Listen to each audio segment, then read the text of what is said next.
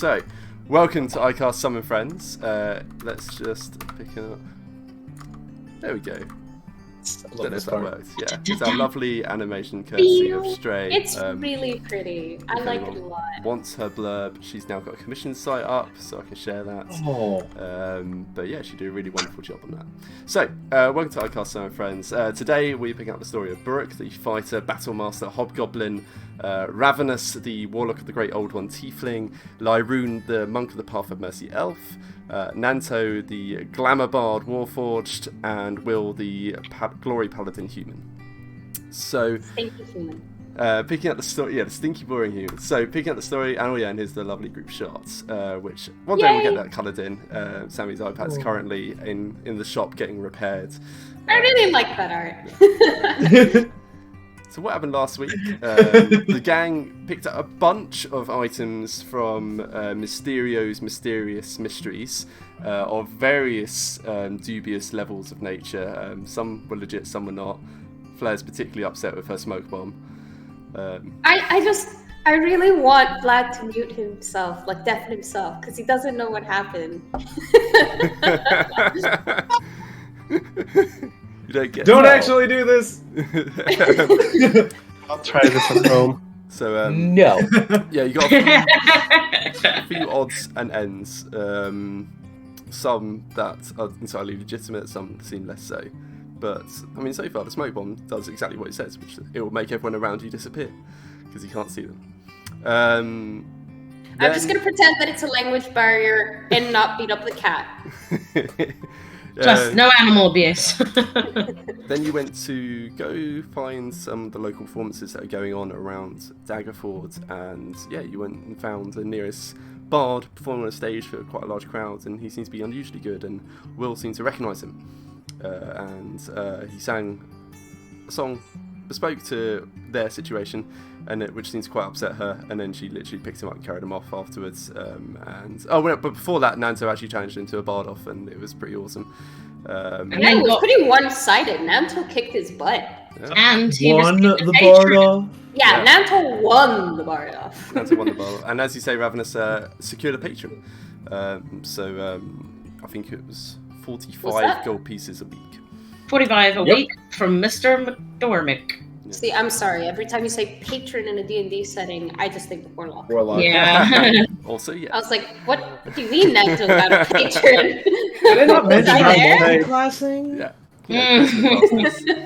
On the bright side of all the people to deal with patrons, Ravenous was probably the best person to negotiate it. Oh my god! Just have you find this evil, malevolent entity, and just I could use a manager. Ravenous! So it's a warlock not so much because of the powers, but he just acts as a manager who finds patrons for everyone else, where's a good fit, where's the payment's alright. It's more like a middleman. So, you had a couple of nobles vying for your attention, and secured yourself some kind of deal. And then Will went off with Xander to go talk things out. Buruk came along a little bit later on over at the Happy Cow Tavern, and that's where we left them. Meanwhile, Ravenous and Nanto went over to the Monster Festival, because Ravenous, the previous day, had seen there was a bunch of animals all caged up at the festival, and she didn't particularly like that and decided to do something about that, which then immediately went really badly. What do you mean? We've gotten away with it so far. They seem to be fine, honestly, DM. I don't know what you're talking about. Chaos ensuing, Nanto summoning what looked like killer bees and threatening everyone, Ravenous trying to invisibly open doors and cages as fast as possible before getting caught. Great. And where we had left off, she was just clambering her way up, using her slippers as spider climbing over the tent where the various cute critters had been contained within. She's got a ferret inside her bag of holding, which is in the process of suffocating. She was just climbing up almost to safety, and as she got to the top, she could just see over into the large animal's pen, which is where you saw a large fiery horse, the parent of this adorable little displacer kitty, and what seemed to be just a harmless rat, which then got eaten by some horrific spiky bladed creature as it burst out of the ground. So I kind of wanted it to be a rat. You know, it's just a really big cage for this rat. We're all sitting there wondering what the hell it is, whereas in fact, that cage was meant to be empty and the rat just wandered in. That rat was very unfortunate. So, that's where we left off. So we'll pick back up with wrapping up what's happening at this chaotic festival scene. And I think...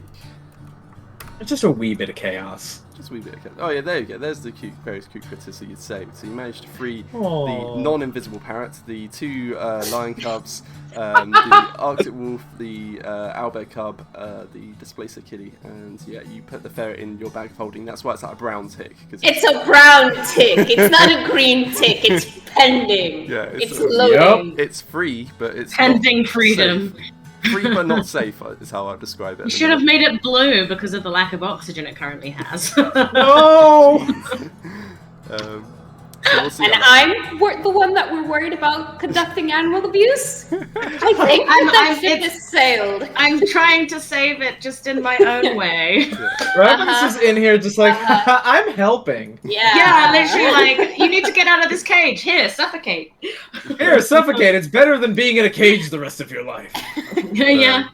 As I say, during that process of trying to free the animals, a lot of attention had been drawn your way. Some of it had been drawn away as animals skittered off, or Nanto tried to create distractions. But in the end, there were 4 people closing in on you, 2 of which actually seemed to be dressed like guardsmen. So they got halberds in hand, some armour on them, which is that certainly you seem to have drawn the attention of the authorities. And yeah, here we go. Here's the map scene. I'm gonna get arrested. This is totally fine. This is fine. Yeah. So Everything's on fire, but it's fine. what I'll do is I'll just stop. I'm going to boot out Riven, which will then immediately muck up Lyroon's camera, so I'm just going to plop you back. I was gonna say. I love how you like shoot back into the place there. No, I'm just used to it now. It's my jury rigged it up, and then that means I can pop on Oh. Syrinscape. It's because Epic Games need epic sounds. And the tokens, you can see some of these come from 2 Minute Tabletop, which is where I'll get a lot of my maps from as well. They do some really cool stuff. So there we go. So, Ravenous, you were just clambering your way up over this, the tents, the sort of stall where these small critters have been contained. After freeing them all, you can hear the lion cubs they went off to the south. It seems that they then found some things to start attacking and eating, so there's chaos happening in that direction. Various people starting to scream. You can see, there's one guardsman. He's just reaching up to try. You can see because you're not stealthy, you're just running up this thing. He's just going to reach out and try and grab you. So I need you to make an acrobatics or athletics check. I was under the impression that you said that I was fine and managed to do it. No, Yeah, no, and I'm still invisible. Yeah, you're still invisible, but you can still see that there's something because you are invisible, but your weight still exists. You're still a person. So just give me an acrobatics check. It's just to start this off. National acrobatics check. Down skulls. My acrobatics are okay. 6. 6. It's not great. Wait, it said 3 plus 3. How does that make sense? 3 plus 3 equals 6. That's 6. Well, no. What is math? What do you need, Sammy? I don't know. For some reason, I thought I rolled higher than that, but I can't see it because the Twitch window's in the way. Anyway, carry on. Just ignore me. Okay. So yes, Han reached up to try and grab you. It will be a disadvantage because you are invisible. But yes, so a hand grabs onto your ankle as you're trying to get away, and you can feel this gauntleted hand just squeezing tight, and you can't quite pull away from it. You aren't quite dexterous enough. Nanto, you over by the cooking giant spider, you can see there's various guards approaching the scene. You can see someone's just reached up and grabbed something. Yep. You're pretty confident of what's happened, and you can see there's a bunch of the other 3 people at the base of the store. They just seem like normal locals. Actually, a couple of them you might recognise from the previous day, and you can also see approaching from behind you a couple of rather familiar faces, and you can hear this booming voice from behind you. The red giant is aboard by this and it's just this further objections at the various chaos that keeps being inflicted on their poor festival. What do you do? Oh my god. So, that voice, you said the Red Giant. Yeah. And the Green Menace is just behind him as well. Ah, great. Any other famous wrestlers I should know about? Just the two of them, it looks like. Oh, okay. Great. So Ravenous appears to have been taken hold of. Yeah, it looks My like someone ankle. Just grabbed her ankle. Let me refer to the good old spell list, because I'm pretty sure I have absolutely nothing that can get us all out of this. No, as he's grabbing, you can just hear him go, "Gotcha!" And it's a smug smile on his face as he seems to be satisfied he's managed to grab someone. Something. It's the Displacer Kitty. Oh. So I still had the, Okay, so there's animals running everywhere, and there's one person grabbing onto Ravenous. Yeah, I don't know if you see one mouse pointer. Yeah, this guy here. Okay, so, I would like to, use my last second level spell slot. I would like to try and cast Suggestion on the person that's grabbing hold of Ravenous. And I would like to yell out, "Please, sir, you must help me contain the animals! They're going to escape!" Nice. It's pretty good, actually. Alright. And that is going to be a DC 14. And Suggestion.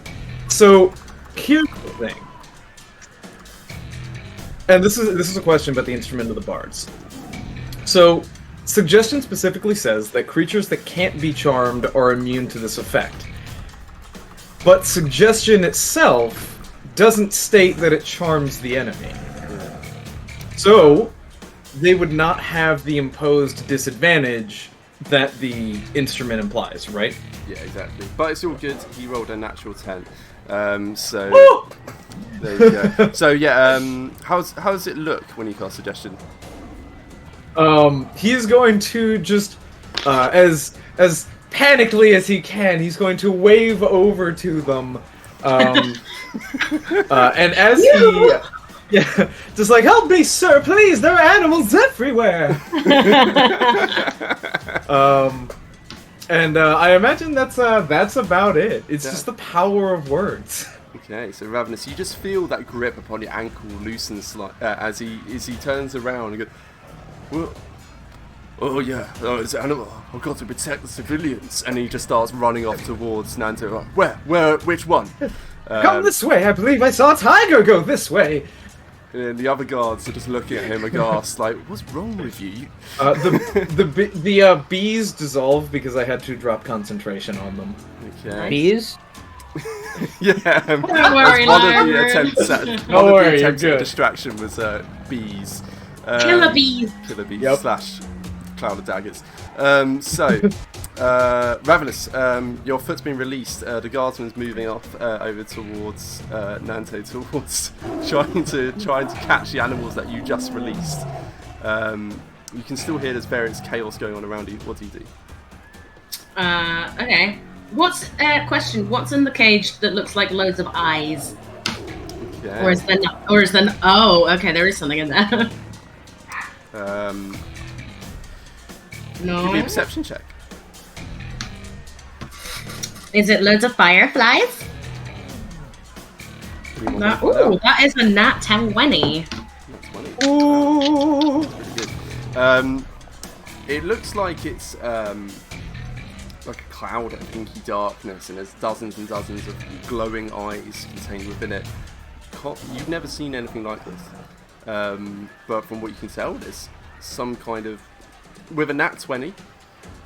In fact, you've got Devil Sight, haven't you? Yeah. Yeah.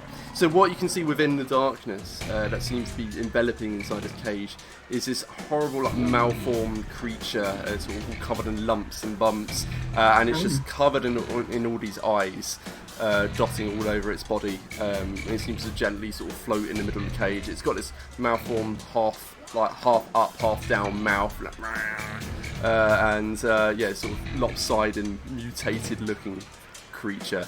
It's pretty unpleasant to look at, and you can begin to understand why it's enveloped in a cloud of darkness. Oh, I feel bad for him. There's a reason why we keep it in the dark. It's hideous. I mean, Ravenous just feels bad for the animals. She doesn't realize that she's going to cause more problems, but she's going to start opening more cages. Brilliant. Good. Okay, so as you're... I know, Will, I know. Look, the cute fluffy animals I can get behind. Those other things, they're gonna eat people. The monsters! I want to release the horsey because the horsey should be in the wild, and I want to release the displacer cat because the baby needs a mum. So that's Ravenous's thoughts. Okay. So those two are coming out, definitely. The others...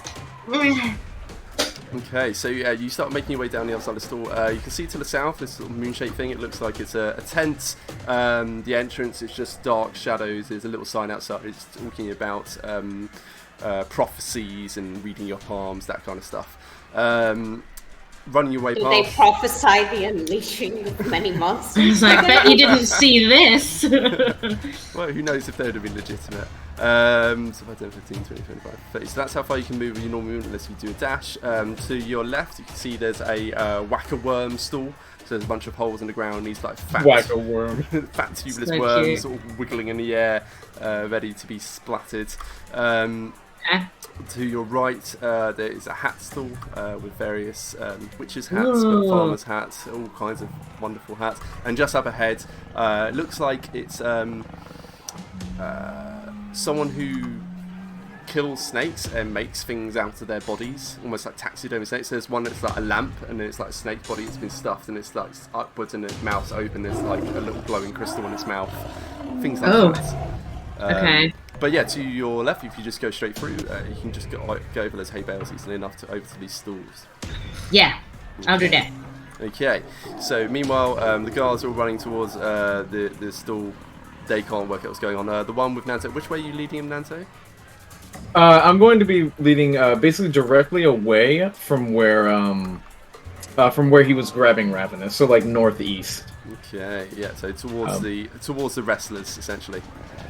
Yeah, and he's definitely playing up, calling for help. Like, there was a baby tiger, I believe, that went this way. Oh, who knows what that's going to do? Please, you must help. Yeah, and the red giant sees you and recognizes you, and like looks a bit confused that you're back, and there's more chaos, and you're in the middle of it once more.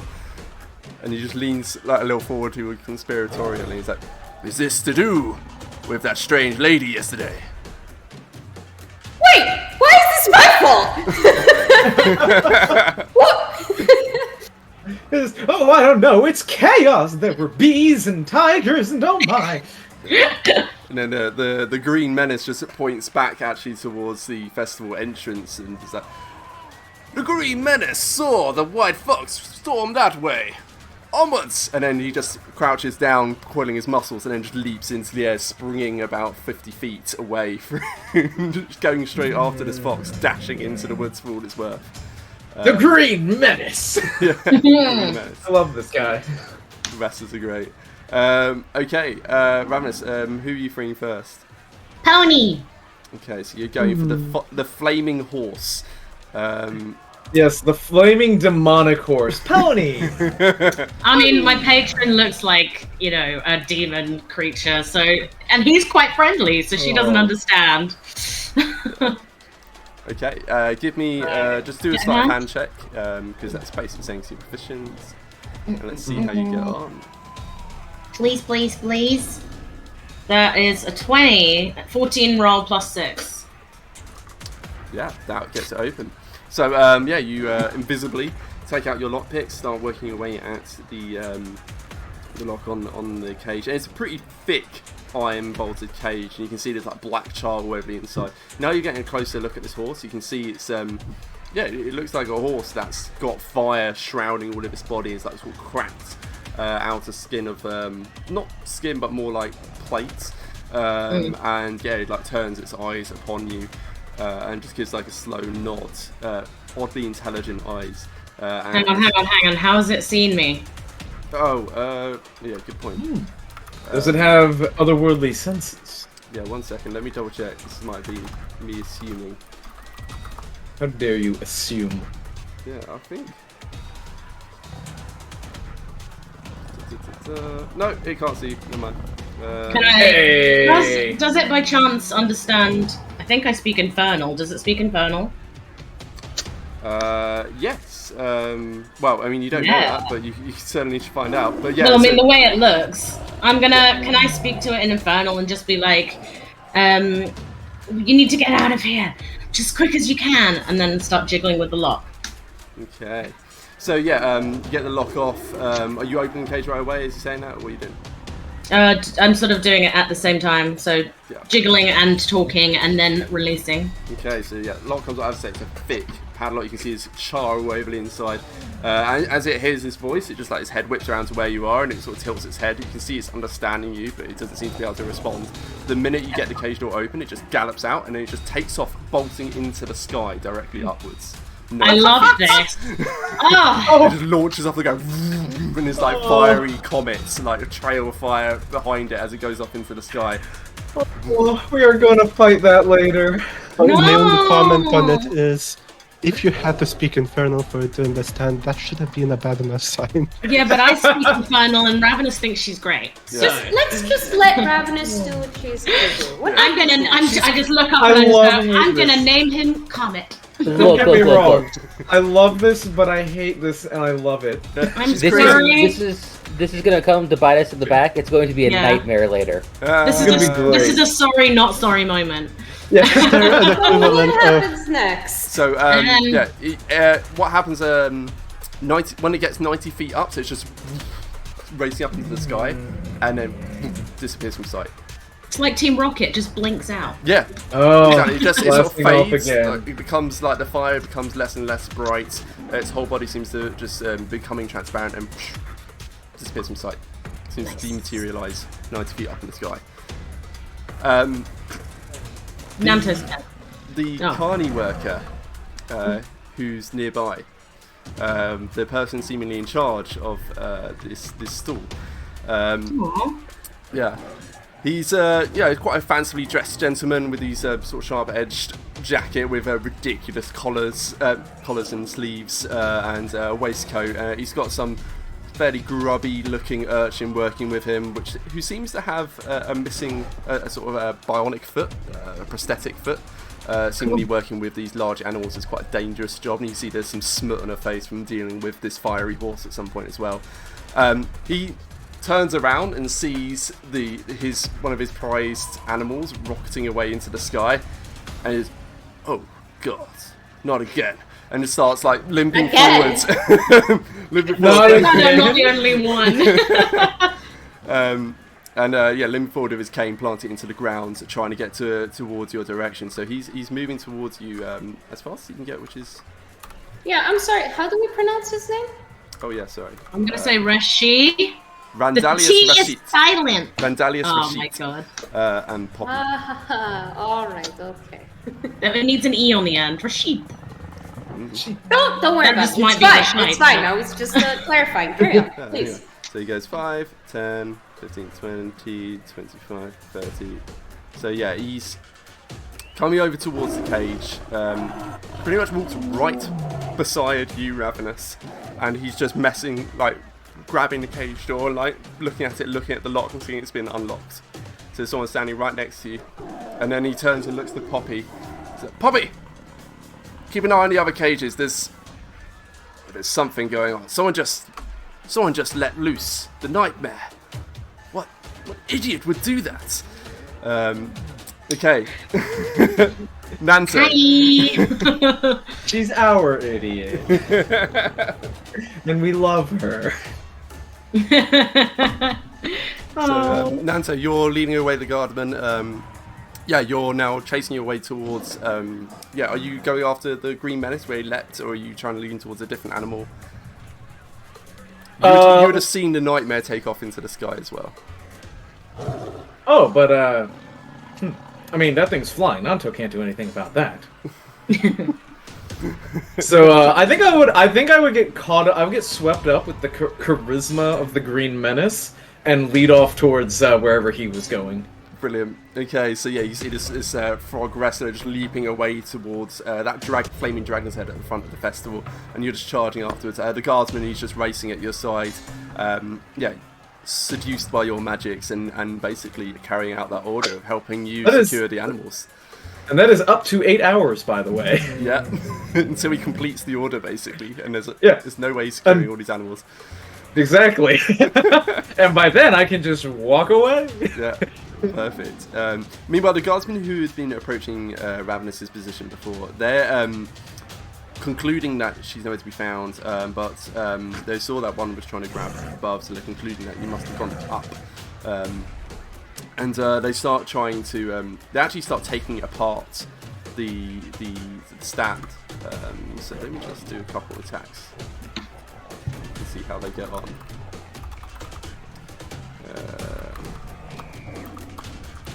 I love the little kid scream there. So yeah, just a few quick sweeps of. You love it, do you? You love the pain caused to the child screaming. No, just the sound was really good. I love the chaos. 2 sweeps of the halberd, and he starts demolishing the stand there and then, and he just flops it inwards, and they see that there's no sign of anyone or anything on top of it, and they're just looking around confused and starting to move forward over it, but they can't quite work out what's been going on here. The people who've been standing nearby, they start talking that I think someone went over it. Yeah, and actually one of them turns out is I can't pronounce it, Aarakocra? Aarakocra. Bird people. Bird people! And takes off, flying into the air, and starts circling overhead to try and get what's going on. And then the guardsmen, they've seen the nightmare take onto the sky, and they're like, that way! And the officers are calling out, and they will start charging over in your direction. So yeah, demolish it, but it takes. So yeah, they're just running over towards you. Okay, Ravenous. So there's a guy standing right next to you. You just released the nightmare. What do you do? I will make a tippy toe over to the kitty cat's cage. Definitely the best idea. Leave me alone. I'm just naive. Oh man, this is a treat. Before I do, can I take a little look around and see if any of the animals are in trouble? Because then I might not have time to come back. The animals are fine. It's not the animals that we're worried about. People. The animals are okay. I don't want them to get caught though. Okay, so so basically you can use your action to either open the cage, you can use your action to stealth over to the cage, and next round open it. It's up to you. What do you do? I'll stealth over. Okay, so give me a stealth check. Beat stealth. I fall off the side of the cage and go oof. That's a 7 because I got a nat 1. Oh man! If there's ever a time. So yeah, you got the lock off. You got the lock off of this nightmare. There's a guy standing right over you, and he's like calling out to Poppy. And you decide to try your luck and get over to the displacer beast. As you're moving away from him, you actually, because you took the lock off and you just dropped it on the ground, you immediately kick the lock as you're walking away, which not only means that you stub your toe and inadvertently release a yelp of pain, but also he sees the lock suddenly flop over and he's like, sees that you're there. So you've got you still get your movement. He can't take an attack opportunity against someone he can't see, but he knows you're there. You can. I think I'm gonna cut my losses and make a dash for it. Okay. So yeah, he's like head whip. You do it at disadvantage, but you can swing at him. I'm pretty sure. Don't think. The thing is, if I'll become uninvisible, no? Oh no, we're talking about our attacks of opportunity. Sorry, Sammy. Never mind. Don't worry about it. I didn't mean to interrupt. You can make an opportunity attack when a hostile creature that you can see moves out of your reach. Oh, sure, but you can hit. Like, you can just swing wildly. Anyway, never mind. I didn't mean to interrupt. I apologize. So yeah, you kick the lock, stub your toe, let loose an inadvertent yelp, and you see his head whip around to you. Like, who? You must be the idiots! And he starts raising up that cane, getting ready to use it. What do you do, Ravenous? So you're running for it. Yeah, I'm just gonna make a mad dash over the hay bales. and head to where the last place I saw Nanto. So yeah, you use your action as stealth. So that's as far as you can move. But actually, you get. Hang on, so you were there. So it's 5. One of the guards just moved. That's right. I was just undoing and then redoing. You can get right. Because you have to get up and over the hay bales. Okay. Cool. That's the end of your turn. So the guards, they hear you thundering, like just running away as fast as you can. You can see the hay bales get disturbed, and they're like, "There, she's going. Whoever it is, they're going over there," and then start chasing after you. So 5, 7, 15, No. No. So 2 of them are going to. I want to see the perception rolls. Against your I want names. So the captain, he charges. He has to dash to get over to where they've seen you running. The other 2, they get to within range. So they're going to take blind attacks at you. So they are at disadvantage. You know what's coming. What's your AC? You're gonna hellish rebuke them. I do have a hellish rebuke, but wait, I can I use the? I've got this thing that means I can make them disadvantaged when they attack me once a day. They're already attacking at disadvantage because they can't see. So what was it? My AC? Did you want? Yeah. 15. Okay. So yeah, they both swing their halberds towards you. The first one you're easily able to see coming. You just smoothly step back and it just whoosh, in front of you. The second one, he's going for an overhead swing. And you just again twist around and it just barely grazes past you, but he doesn't quite manage to make contact. If only I had my smoke bomb. If only we had a smoke bomb. It's like, Nanto, get over here. Give me a smoke bomb. Smoke bomb, and then run. Okay. Ravenous, your turn. Cool. I will Hunger of Hater. Oh my god. Do you really? Yeah. Okay. Ravenous needs to go to jail. Oh, I was like, you know what? Maybe we can get away with this just fine.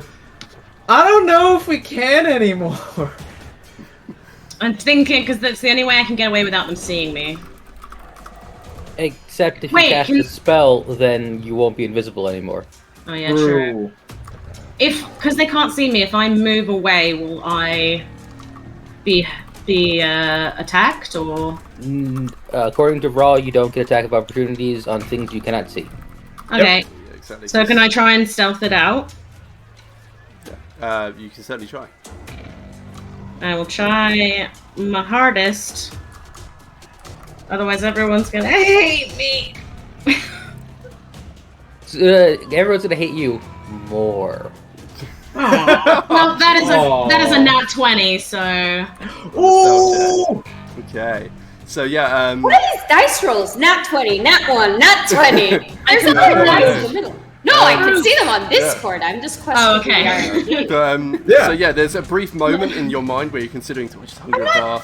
I'm not calling you a liar, dude. I can no. I'm just I'm proving to the audience. So, there's a brief moment where you're debating on whether to use Hunger of Adar or just run away, but then you remember that probably your friends would never forgive you. So then just crouch down. Oh, because we're gonna forgive her now, right? And then very carefully start stepping back away from these guardsmen. And you're moving as silently as can be. You've been in some pretty hairy situations, breaking into various people's properties in the past, but this is about as hairy as it gets. Literally surrounded by guards, so you just silently creep away, backing away from the 3 of them. They have no idea that you've even moved. So where are you going? I'm gonna go northeast. 25. You get to there. Cool. Can I see Nanto? You can see him. He's actually not where that is on the map. They're off to the east, further away. And in fact, what I can do... I won't mess with it, but essentially they're making their way out of the front entrance to the Monster Festival, chasing after actually the Arctic Fox, the first animal you released.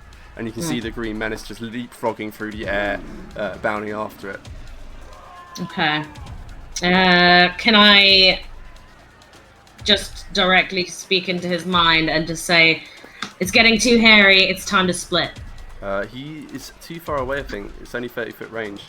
Oh, I didn't know that. Okay. I'm gonna just note that he's that way. Let me double check, but I'm pretty sure it's 30-foot range. Wow. That was my stomach. Yeah, so it's 30 feet. But yeah, you can start making your way. The guardsmen, they start sweeping at the empty air. The first one just swishes through the empty air with his halberds, and then just looks confused. So, they've gone.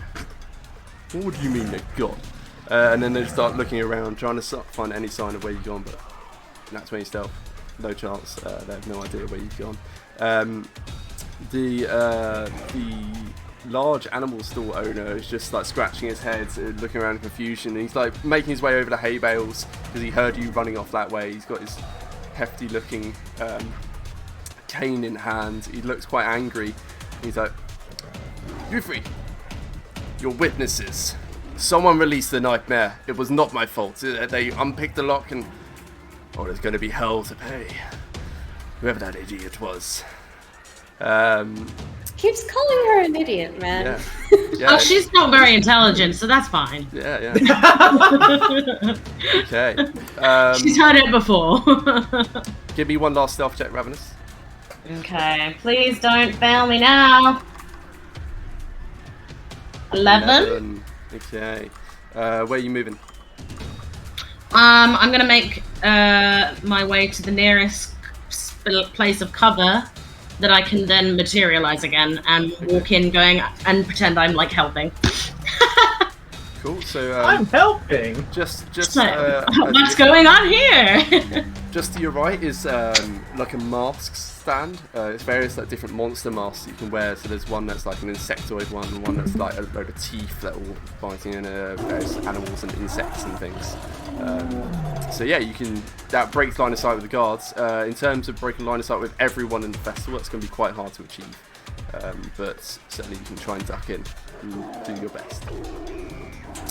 I'm just going to keep going until I'm out of the festival. Okay, so give me a deception check just for seeming to be walking nonchalantly off, slash panicked with the calamity going on and all the rest of it. Well, no. Oh, okay. 17. Okay.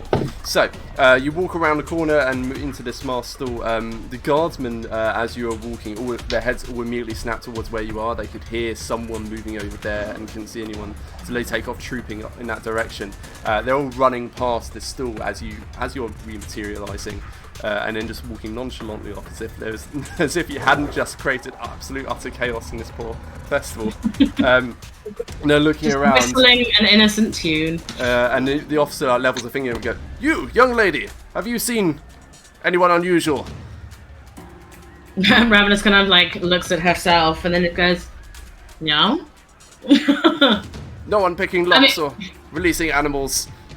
They must be here somewhere. I've just been hiding because there was some bees, and I don't like bees. I'm not a fan of them, so I've been hiding. I've been hiding in this stall to make sure I can keep away from the bees. Oh, and all the wild animals that are now everywhere. Again, one of the more junior guardsmen looks to the other one and goes, there were bees. They weren't scary. I heard there were water-deep bees. I'm judging you. Water-deep bees! I love that. I'm so proud of that. And so with that, you're able to just walk your way out of this absolute clusterfudge. Seemingly you've gotten scot-free. You don't know if anyone saw you dematerialize, but certainly no one seems to be pointing you out. And you make your way out of the festival. I assume you meet up with Nanto easily enough. And Nanto, how are you getting away from this Arctic fox chasing? So I imagine at some point we would either catch the fox, or once the Green Menace is engaged on another task, Nanto would basically tell the guardsman next to him, just like, well, alright, well, there are many more animals around here. Please, you must go help them. The people, that is. The animals are probably fine, but they're causing so much chaos. Okay. So yeah, chasing along after the green menace, he makes pretty good ground because he's just leaping through the air. He does manage to track down the Arctic fox and eventually just slams down to the ground and grabs him, and immediately you can see the fox spasm slightly as the poisons covering the green menace's skin take hold. He doesn't die, but he's certainly incapacitated. And he's like, the green menace has captured this one at least. And then starts leaping his way back towards the festival. So Sammy, as you, Ravenous, as you're making your way out, you just see the green menace with that fox tucked under his arm, leaping his way back. I don't like this. Yeah. Eldritch Blast. No. You can do.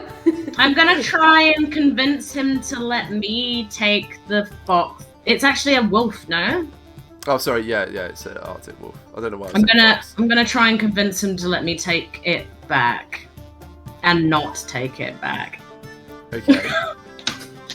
Cool. How do you do that? And give me a persuasion check. Well, no, it'll be a deception because I'll be lying. Well, you're trying to persuade him. There's two things going on there. No, it's a wolf, not a lion. Hey. Very good. Got him.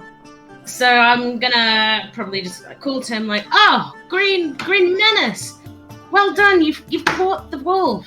How did you manage that?" The green menace can leap in massive strides. It was no challenge.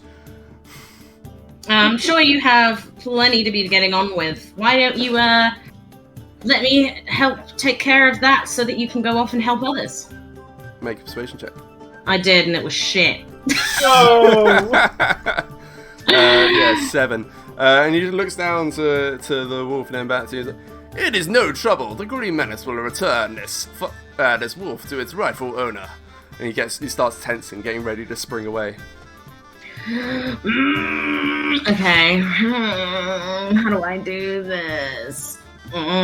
Can I talk to Nanto? Say, Nanto, I need you to distract him and somehow get him to put this wolf down. Yeah, I mean... Nanto can't communicate back, but he can choose whether or not to actually do it. It's probably within 30 feet now. Over to you, Nanto. Whether you want to or not, that's the question. Nanto, as much as he loves a good jape and a good chaos, I think it's about where he's drawing the line. Fair enough. He's just... so wait, can I talk back to her? No, we found out we've been using it wrong. We can't actually talk back and forth. It's just me that can talk to you. Me. That doesn't like it. That hates it. He's mostly going to just... He'll hear the message, but he will double down and just be like, "Oh, but the green menace has much to do, and he is very capable. Come on, I need to get out of here." Ravenous? Wait! Oh, Ravenous, hello! Fancy seeing you. Okay, and he's just kind of like acting panicked here. Yeah. Okay, so Ravenous has realized this isn't gonna happen. Can I... Oh wait, I can't grab him because I'll probably get poisoned. Can I try and deceive him somehow? I'm just trying to think how I could do it. I'm gonna try. Sorry, no. What are you gonna say? You know, in most schools, 90% is a great grade. Just saying. The fact that Nanto's like, this is the line. It's whatever Ravenous would do. But, yeah, exactly. She doesn't want to let the wolf go. Can I just like try and take it off him? I'm like, no, I want to take this back. I'll tell them it was you, but I want to take it back. Give me an athletics check. Oh. If you're literally grabbing it out of his arms. Yes. Okay. 9. Yeah, no. You try like physically grab the wolf out of his arms and like it whines slightly as there's a little bit of pressure. You're trying to pull it out, this is a hulking wrestler. He doesn't even move a millimeter, and he just looks down at you and goes, "The green menace is growing confused. Why are you so insistent on taking this wolf back? I will handle it." And he just tenses down, and then springs away. 50 feet. Yep. Ravenous is just really mad, but she's not going to do anything about it. Okay. Other than just swear in Infernal. She's cursing to herself away Infernal. Yeah, pretty much. She's an aunt. Yeah, pretty good. Okay. So, Have I mentioned that Infernal is basically Arabic in Dungeons and Dragons? I swear I have. Oh. So all the tiefling names that they have in D&D are actually words in Arabic, which would, logic would dictate that therefore Infernal is actually Arabic. Don't know why an American company picked Arabic as the demon language, but I'm sure it was a coincidence. In any event, it makes role-playing to be very... Let's not open that can of worms. It does make role-playing... before we start. Yeah. Hey man, I don't know why they did it. Any assumptions you guys make is your own. But because of that, no, I really like that there's like an actual real-world language that it's based off of, because then you could be like, okay, well, the infernal curse could be this in Arabic. Fair. All right. So with that, it's the guardsman at Nanto is where he's running off back towards the festival to try and capture more animals and see what you can do. And so it's just the two of you left, ready to make your way away. Any last stuff on the scene before we move over? Ravenous suddenly goes, the ferret! And thinks ferret and pulls it straight out of the bag. Like, are you okay? And there is like this. You can visible just rapid inhalation from this poor ferret. Give me an animal handling check, Ravenous. Nanto, you just see Ravenous just reach over to the back, holding it aside, and just pull out this snow white ferret from it that seems to be, rather out of breath. Let's 14. I'll have to dye it. People will know it. It does not bite you. As you take it out of the bag. So 14. You pull this snow white ferret. It takes in this rapid inhalation. It's just looking around like blurry and a bit groggily around it, and then seems to cower slightly. Oh, I'm just gonna give it pets and some jerky. Might be hungry. All right, Nanto, anything from you? Mostly just I have no idea that you were going to do something so drastic, but okay, now we need to get out of here. Agreed. Okay. So we have the sending stones. Let's find out where to meet the others. And I must say, next time you want to do something like this, I expect a full debriefing next time. I'll try to do my best. That might be a problem with the sending stones. Do you remember who exactly you passed them on to? Oh yes, I am aware. And I am fully aware. That rage halfway forgot it. Burg definitely completely forgot about them, so it's going to be one-way communication as well. I waited until the end of that scene to be like, so you know that you had the sending stones that whole time, by the way. Can't wait for Will to find out that you guys have these, because she'll remember. Probably. Maybe. So, sometimes. About as much as Buruk. What's the message that you're sending? Just basically saying, where are you? We have to find you. Okay. And that's it. So, Buruk, you're sitting in Happy Cow Tavern with Willens and listening to this strange tale of her home and some of her familial relationships and some of the things that have been happening. And then, this message just appears in your mind with no warning. So, where are you? It seems to be in Ravenous's voice. Where are you? We need to find you. So Buruk just goes, what in the world? Well, hi, what's wrong? You alright? Reaches out, steps on his shoulder. I think I heard Ravenous. Is she around? Ravenous! Nothing. Nope. A couple of patrons look around, and then Xander just leans over and goes, well, if you're hungry, I can get her sorted in something. It's easier now. No. No, that's the name. But Lovely. No, she doesn't seem to be here. You know what? Hold on. On second thought, no, I am kind of hungry. I could totally eat. How did actually, now that you brought it up, clickety. We gave them to him. Because it was, I think, believe it or not, it Nanto was had the them. best possible choice at the moment. Well, let's order in. Is the food? And he leans in a little bit and drops his voice. Is the food okay here? And he just gives it a sort of slightly dubious look around. Maybe we should go. She replies honestly. Will doesn't lie unless she has to. Maybe we should find somewhere a little bit more quality, you know? Right. All right, but only because you're visiting for a short time. Burke, you okay? Yes, I just that thought. If that was Ravenous ahead, though, I'm not sure anymore. She was asking where are we, and she needs to find us. That's what I think I heard. Must have been nothing.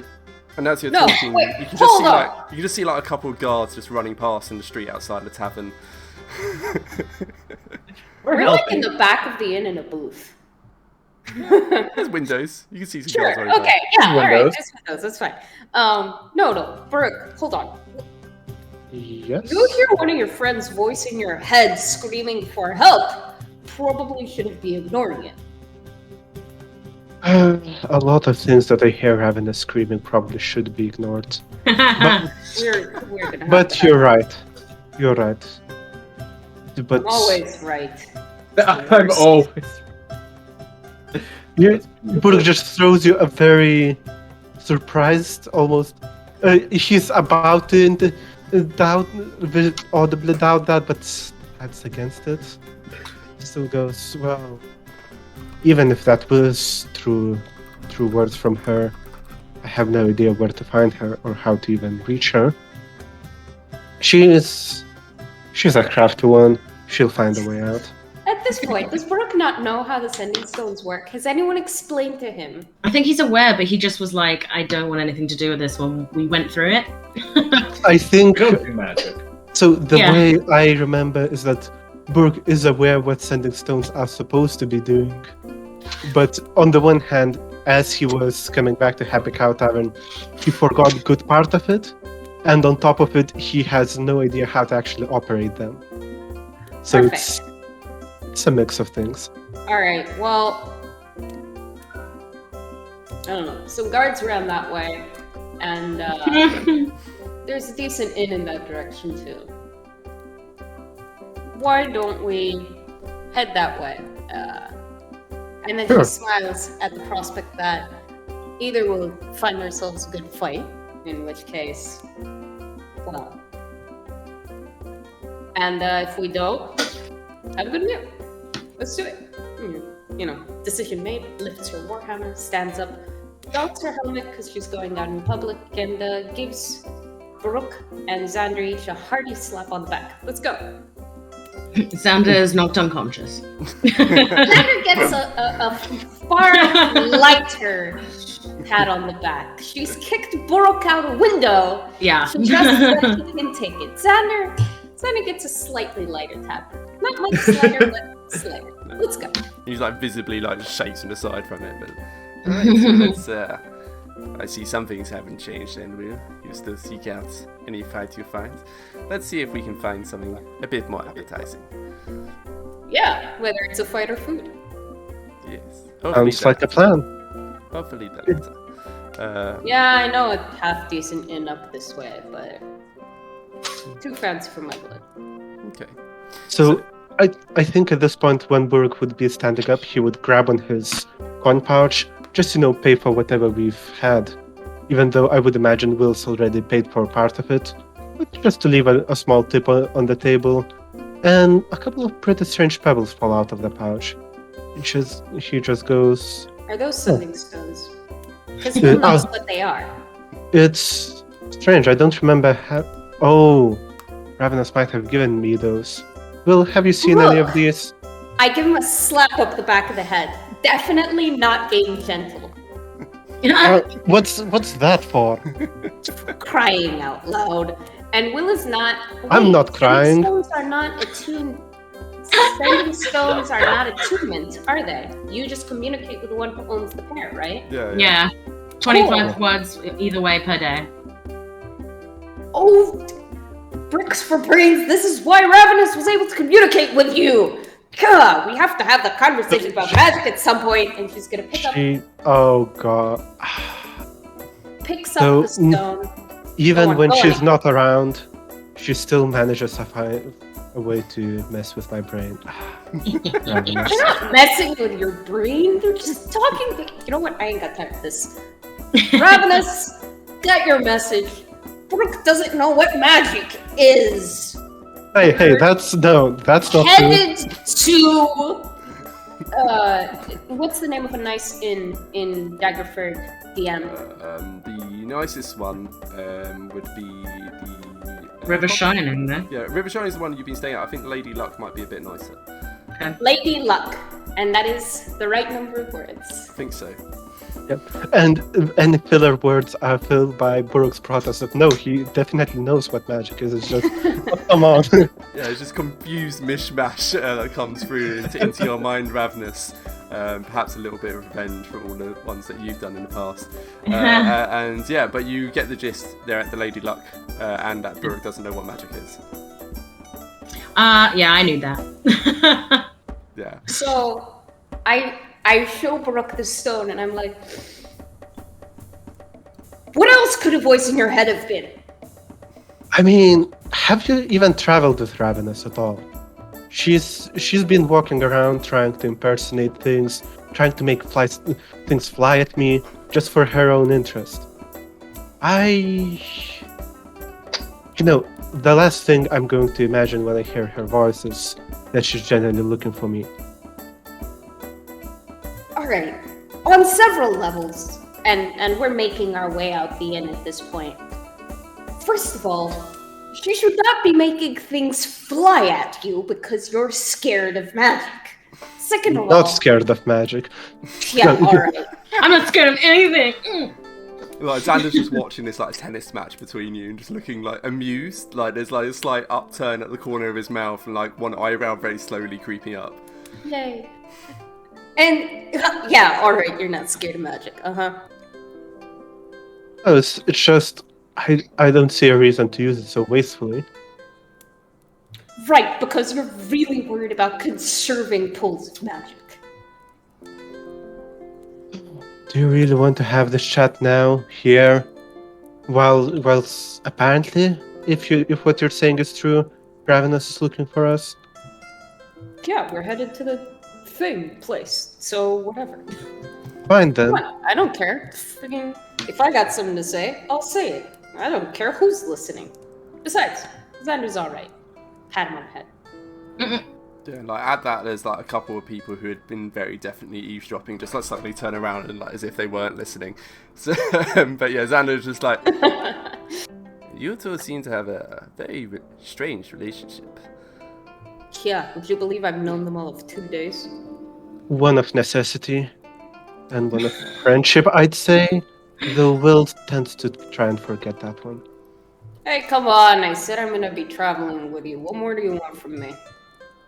Yeah, Xander, I made the stupid decision to be part of a group again.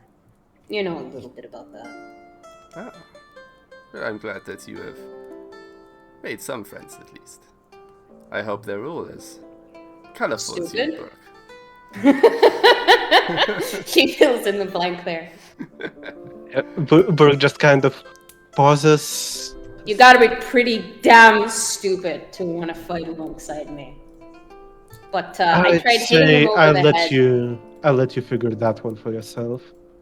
Yeah, see, let me put it this way. Hit him over the head with a warhammer, tried to break his teeth in with my shield and kicked him out a window today. Still wants to spend time with me. He just looks over to Brooke. It sounds like she's trying very hard to keep you away. Yep. I don't deny it.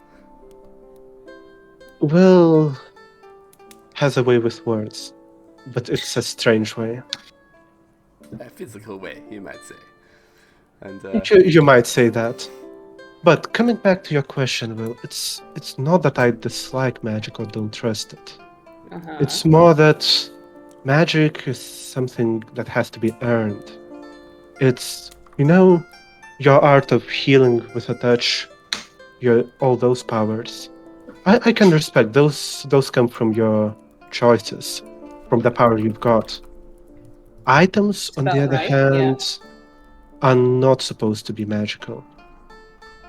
Though selling magic, it's like selling a piece of one's soul.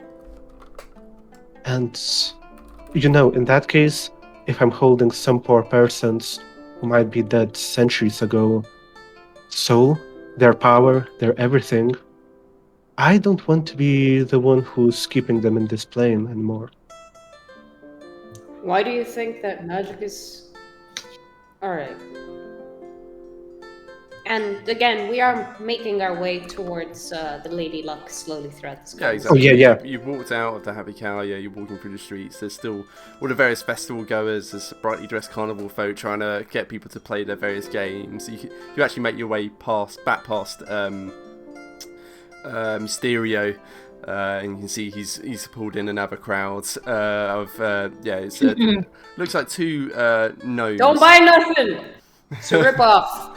And he just goes puts his hands up in the air and shrugs, and it's like these two elderly gnomes who hunched over looking at some of his wares and interests. No, seriously, can I try and persuade them? You can certainly try. Cool. Seriously, I got ripped off all of 20 minutes ago. Persuasion. That's perception. That's not what I want. There we go. Hey, 24. Okay. Nice. So yeah, he currently has this. You can see actually he's got the cage of the invisible parrot, and he's just gesturing to it as he was talking. And then as you call out, and the two gnomes look over and then look back at the cage, and then they look to each other and mutter. And he's, yes, I think he is a fraudster. And he just scowls over at you and just angrily puts the cage and hangs it back up inside his stall. You make a rude gesture at him. I make a very rude gesture and I tell the gnomes, spread the word. Your gnomes, you talk fast. Yeah. And then they just sort of frown at that, so it's mild racism, and then just carry on. Am I wrong? I ask them. And they just sort of hunch their shoulders and run away from this terrifying hulking paladin, threatening and insulting everyone that she meets. Brooke is just not even slowing down for that, just making a little bit of distance. I was saying... Yeah, what were you saying about Will having a way with words? Yeah, it's an interesting way of words. Yeah. But yes, I mean, every magical item is a story behind it. It's someone's work, someone's talents, someone's very soul in it. Alright. And of course, there are some artifacts that my tribe has passed from father to son, from chieftain to chieftain. Oh, yeah? But those we know that these are our forefathers. They wanted to help us. To use someone stranger, most likely someone who just got killed and would like to just pass on. We are keeping here as prisoners. Well, What we about the shouldn't be sword doing that you this. got from Savannah? You're using that, ain't you? I am keeping it. I haven't used it proper since. If you think of a good way to dispose of it, I'm happy to hand it over to you. Dispose of it? I mean, I can think of much better uses for that, but hold on. Back from the beginning. Look, at least Savannah seemed to be thankful for your help. Listen, she's not thankful she's dead. I tried to save her and I couldn't, alright? That's on me. Now, as far as magic and magic items being part of people's souls, I'm not sure I agree with you there. Don't get me wrong, I'm not, some wizard or something. But, as far as my magic, stuff that I can do, I'm not. Not all of it is spells. The way I heal people. And she actually takes that pretty seriously when she talks about it. The tone changes slightly. It's not me casting the spell. It sticks. You should be more worried about that than magic. When it comes to me healing people, most of the time, it's this, like a flask that I've got, this pool of healing that I can share with other people. There's not much of it to go around, but I try and make use of it as best I can. I can tell you that's not magic. I've got it on pretty good authority. What is it then? It still comes from you, from your body, from your abilities. Same as swinging a sword. Something I practiced at. It's a skill. Worked hard to be able to do that, Brooke. Yes, and at the same time, would you be able to sell your skill with a sword or with an axe? Would you call what you do with weapons magic? No, but would you be imbuing your abilities into some item and just peddling it off? Like, look at Victoria. Not only that she collects these things, she sells them, she buys them, she tries to turn a profit from it. Now, Why do you think it is that I'm able to stay in Daggerford, huh? Xander, profits from Arena? No. Xander, you thought that I came in here with a purse full of gold, huh? Brooke, you're just assuming that I rolled in here and was able to make profit from the arena right away. Well, you know what? Screw both of you, because I had to work hard. Only reason I'm even staying here in the first place is because Victoria was good enough to... She bought a sword I made. If it wasn't for her choosing to buy the stuff that other people are giving her, I wouldn't be able to stay in this place because, gotta pay rent. I'm hoping to buy it back someday, but still a lot of arena fights before that can happen. I see. Now, You can see there's a slight frown of confusion on Xander's face. Well, who is this Victoria? she's... Well, she's Peddler a of shrewd magic items. businesswoman. Yeah, shrewd businesswoman, but buys, sells objects that have got enchantments on them, magic. Okay. Well, you sold your sword to? For now. She did say that I can buy it back. Well, she seems rather generous. I check in from time to time. It's still there at the moment, as far as I know. Perhaps I should see if I can get a magic boot from her, Yes. From what I hear, there's some pretty good ones going around. So at this point, you would have made your way over to Lady Luck. Sorry? There is one thing I'd like to check on with Brooke before we go inside. Yep. You got any of that stuff passed down to you? I do, yeah. What's And that? he just kind of stops at the spot, takes his backpack off, and goes, You might have noticed this urn on my back. Just and he draws out not too large, perhaps the size of you. It would possibly be a pot, but instead of having a single opening, it has a full dozen of them, all of them corked with something. And alongside each of the corks, you can see some sort of inscription. Okay. Just one or two symbols. What language? Good question, actually. None that Burke would know, at least. But in terms of look, they seem a bit like Nordic runes. Okay. And he goes, This has been passed to me right as I was leaving for the journey from my uncle. And it's a useful traveler's thing, really. You open a cork, liquid pours out. Depends on which cork, depends which liquid. You remember when I handed Leroon a couple vials of acid? That comes from this thing. Likewise, beer, water, condiments, really. A lot of interesting stuff in it. And this belonged to... This belonged to my uncle's father and his grandfather before him, and if the stories are to be believed, his grandfather before. I don't know how further back it went, but it has been in our tribe for generations. It's pretty handy.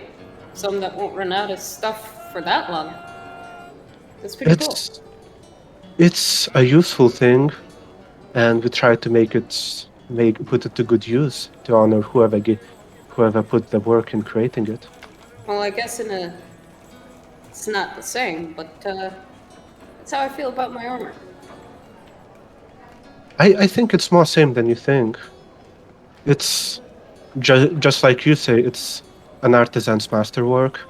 Except when it comes to armor, an armor smith will be able to make another.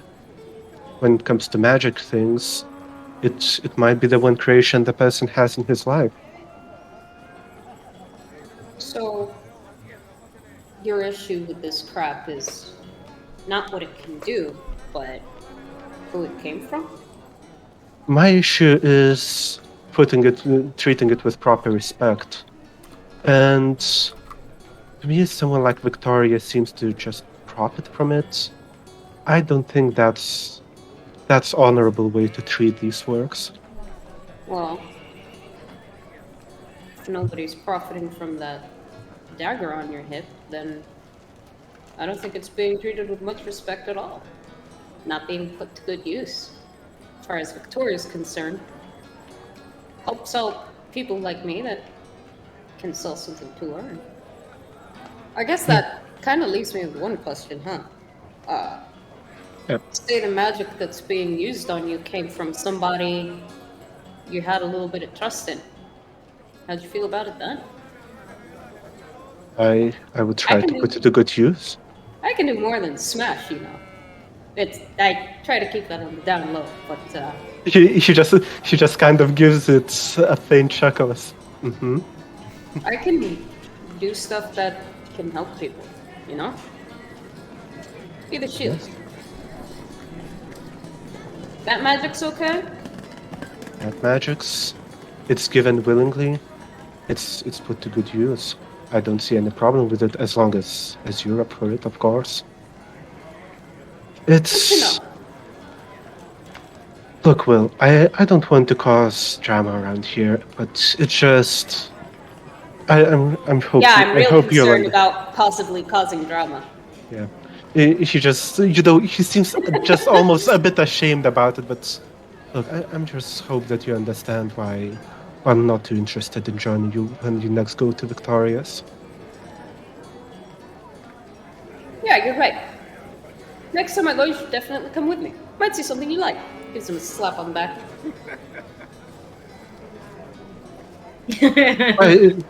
I think it's fine. We'll figure this one out tomorrow. Yeah, we'll figure it out. Let's go see what trouble Ravenous and Nanto have gotten themselves into. Maybe Lyroon's with them too. Well, it's either trouble or Lyroon's with them. Oh, thank you. Are they in trouble with Lyroon? In that case, it's already too late to help. But let's see. Come on, Xander. I'll bet you'll like the fruity wine they sell here. Is Lyroon that? And Swelby. And at that point you're arriving and the Lady Light Tavern, and it's a much finer establishment than the one you just left. You can see there's even a little balcony area over the top. There's like stained glass windows. Generally the architecture, clearly someone paid a decent amount of coin to ensure it is a well-built tavern. Walking inside, you do indeed find a familiar face. You can see Lyroon at the bar. He seems to be talking with the barman quietly. Whatever he was up to without you guys in the last episode, he seems to have wrapped it up and stopped off here. Perhaps. What kind of people come here? Well, there is actually another familiar face, one that Baruch would definitely recognise, and well, you would just about recognise, and Lyroon, you definitely do. And perhaps that's who Lyroon's talking to. Actually, it's up to you, Lyroon. Which is Danny DeFito. Whom you guys know actually resides at the Lady Luck Tavern when he's not incarcerated from either rat people or... I live in Daggerford. I might have bumped into him, but he's not the kind of guy I'm going to share a drink with most likely. You know? I have a feeling that Danny DeFito probably wouldn't have a friendly drink with Lyroon. No, definitely not. Since the last thing that happened was Lyroon punching him unconscious. Mm, Sorry, chasing him down like a gazelle, then punching him unconscious. That was it. Yeah, in fact, Is Lyron the gazelle or never mind? Yeah, so lion like a gazelle, sure. So Danny DeVito, he's like sat in the corner, he's just sitting there like staring daggers at Lyroon, who's currently at the bar having quite a conversation with the barman. What's with that guy? Wait, we already told you that story, haven't we? She's the one from the sewers. I think she's... That's right, you did tell me. To be honest, I wasn't super paying attention to that guy's face. Hey! I wave hello and move on. Let's find Ravenous and Nanto. Lyroon! Lyroon, gets up from the bar seat, gives a nod to the barman before. There you two are. How was the festivities? Did you know that Baruch was hanging on to sending stones this whole time? Yes. And nobody felt like mentioning this to me? These would have been useful so far. Well, I don't usually have them. It's just Ravenous gave one of them as they went off to do whatever they were doing. Oh, right, Ravenous. They're in trouble. Did you see, Lyroon? We left Ravenous and Nanto to go to the... There's that like, you did what? Yeah, hi. This is Alexander. We're from the same country. Alexander, meet Lyroon, the group's dad. There's that light chuckle of I appreciate the title. Yeah, and Will is using it like as an insult, like you jerk. But I think it works. You are the father of this motley bunch. And well, where is this Ravenous that you keep talking of, and why is she so troublesome? She does things before thinking about them, let's put it that way. And then sometimes does things after thinking about them, I'm getting the impression. And so does Nanto. I have a feeling they Nanto's golden. Give the kid a break, he's only 2. He's true. So at that moment, Ravenous and Nanto, how would you make your entrance into the Lady Luck Tavern? I feel like we'd have spoken on the way. Ravenous is gonna have tried to convince. Sorry, the cat's opened the door and I can hear myself. I feel like Ravenous would have tried to convince Nanto to maybe keep quiet about what's happened and their involvement, because she doesn't think the others will understand and shun her, basically. She knows that the things she thinks are her good intentions don't get taken well. Good intentions? Do you know what a nightmare is? I was saving Amanu's. The rest of it's just outside of that. Oh, so you're one who likes side effects. One who likes to keep secrets, huh? Well, then that will just have to be our little secret, then. Don't worry, mum's the word. I am excellent at keeping secrets. Nanto, Ravenous is kind of I can't do it. So she raises one eyebrow because the last time he were meant to keep a secret, she had to come up with a bleep system to stop him talking. But she's gonna believe him, and she's like, "Thank you, Nanto. I don't wanna cause trouble. I feel like I just make bad decisions, but I think they're the right ones at the time." Well, you know what they say. The path to hell is paved with good intentions. Oh, is that... thinking on that, is that a good thing to say in this moment? I'm not sure anymore. And then as that, we walk through the door, I'm like, okay, just act normal. To help you. So we just wander in, casually. Nothing's happened. So yeah, as you're approaching like the others, you would have seen it's a fairly nice establishment. Balconies, windows and such. You would immediately see the rest of the gang. You can also see over in the corner Danny DeVito brooding, and he looks even more angry now he's seen the rest of you. The whole gang's here that's caused him so much trouble, and he's just scowling into his drink. If that guy doesn't stop staring at me like that, this inn is going to become a lot less classy real fast. Well, I don't think we can afford a brawl here. Well, look at him. I don't think he wants to look at us. Give me the damn stink eye. We've earned it. At least he would think so. Why? What'd you do to him? Put him into the jail for one. Which Do you deserve it? is good question to be fair. Let's find out. We believed he would be a danger. If the man in the barracks had to be believed, he wasn't. So yeah, that Still- point. Yeah. Oh, sorry. Yeah. No, it's. I think he would just keep musing about, was it a bad thing? Was it a good? I don't know. Yeah, you're filling me with confidence here, buddy. So that Well, point. Yeah. Sorry. our last interaction, he tried running from the guards when they were just wanting to question him about his activities down there. I imagine, after that, a bit of, miscommunication. Nothing serious must have happened, or else he wouldn't be here.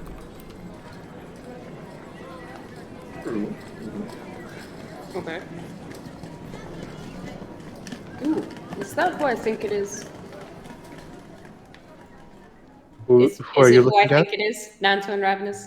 Yeah. So yeah, you've seen them walk through the door.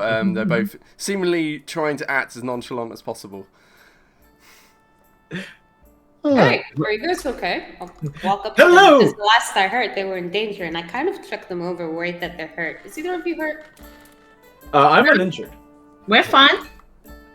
Hello, normal friends. How are you on this fine, normal day? I'm fine. Apparently something was wrong. How are you?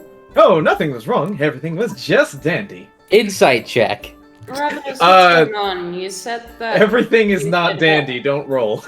Do not roll. Nanto, what did you two get up to? Oh, well, we just checked out the Monster Festival and then some crazy stuff happened and we thought it'd be best to just find you. What Stuff. type of crazy stuff happened? I'll get us all some drinks. You guys figure out who's lying to who. I'll go and get us a round of drinks. I'll take Alexander with me because he wants something fancy And you're gonna pay. Broke the man's heart, I Fantastic. could buy him a damn drink. Yes, I understand that. drinks are an incredibly normal activity to partake in the afternoon, yes. Yes, very normal. Nanto. He gives you a wink. He thinks he's doing good. One that light blinks out and blinks back in. Well, you're probably going to hear about it, but somebody released the animals in the Monster Festival. There were some bees, killer bees, water deep bees, it was a bit crazy. So we thought it'd be best to leave and find you guys. Make sure we were all together so we didn't get caught up in the crazy. May I insight check? No. Can I deception? Yeah, you certainly can try. Yeah. I would also like to insight. Yeah. Ravenous is a masterful liar. That will be 11 on insight. That'll be a 19. Oh god damn it, Librarian! Yeah, never try to lie to a monk. Well, Yeah. Ravenous lies to everyone, so if that makes you feel any better. She's not gonna start opportunity making liar. exceptions for one person. It's too much to remember. Where is deception? One sec. Deception, eh? I can't read. There we go. 22. Oh! Wow. Okay. Wow. So I can't. I have +8 in proficiency to deception. yeah, you're pretty good at lying. What? So- Why? I wonder why that would be. Why would you do that? So you're saying we left you and Nanto around for what, an hour? Less perhaps, and you just happened to be in the most troublesome part of the carnival already. Well, when wild animals are involved, anything can happen. I suppose you're right. It's just... I don't know. Perhaps I should have stuck with you. But didn't you have a nice time with Will and Xander? Oh, but by the way, have you... Oh, yes, you have met Xander. But he's a nice guy, to be fair. Oh, that's good. And a wonderful bard. It'll be my pleasure to challenge him to a rematch one day. Oh, I'm sure he will be more than happy to indulge you. He also seems to know Will from back. Way back. Way back. How much do you guys know about Vendani Empire? No. Damn, how much do I know about the Vendani Empire?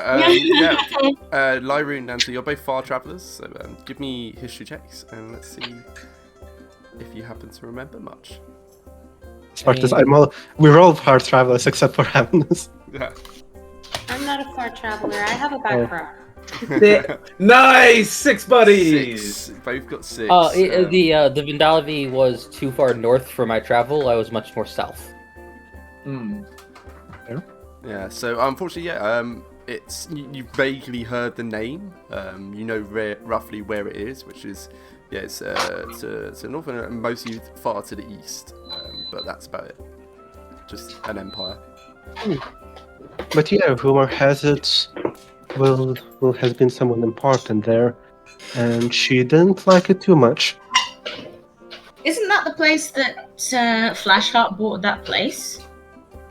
That inn recently? Now that you mention it, yes, the name does check out. Well, if we ever start going there, we can always ask Will for advice. No, on the other hand, given how much info she offered on her life, maybe still worth a check. But I'm not sure if she's going to be too keen. Maybe a bit of a convincing there. Maybe. We'll see. Yeah. In either case, they seem to know each other well. Oh yeah, by the way, I'm still holding the ferret. Oh, that is an important... That is a very important Oh, right, detail. the ferret! That's a bit of a giveaway. So, yeah, I'm just holding a ferret. It's just a snow white ferret. It's just looking around. There's a certain wild look to it. So, in fact, give me an animal handling check again, Ravenous. But there's a certain Why? It loves me now. Wild-eyed look to it. Oh, sugar puffs. 3. Oh boy. Okay. Sugar puffs. It's as you're talking, and she's just like being petting the snow white ferret, and its sense is like looking around. It's looking quite panicked at this strange environment, and it tries to make a bolt for it. You gonna try and grab it? Yeah. All right, give me an athletics check. This isn't the place to be let go, Mr. Ferret. Okay. 15. 15. It's pretty good. It's probably gonna be enough. I'm not going to try to overrule, but from experience, trying to keep a cat in your hands, it's acrobatics, not athletics. Ferrets are pretty good. You can like hold them like by the scruff, and they just kind of go limp. As someone who has owned a ferret, they're also really liquidy when they want to be, like more than cats. Yeah. I could imagine that easily. So yeah, it tries to make a bolt for it, and you just immediately tighten your grip on it, and you're able to stop it from managing to squirm away. It then tries to twist around and bite you, but doesn't quite manage to get through, piercing any skin. It's just enough as a slightly painful nip. But it certainly doesn't seem to be happy with Ravenous holding it. So Burke definitely has noted the ferret, but given everything else you've described, he just assumes that your nervousness and everything is because you decided to snatch a ferret in the chaos, not because you caused the chaos, of course. I was helping. Helping which side? Sorry, what was that? Helping which side? No, but coming back to the question, what were we talking before about the ferret note? Going to Pandemonium. Yes. Yep. Well, if we ever have to go there, which, well, if Flashheart bought an inn there, we just might.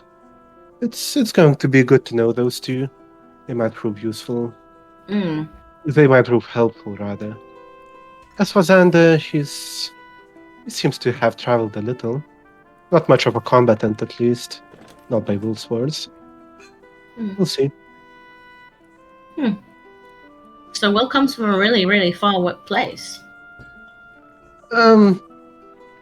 Pretty far from here, yeah.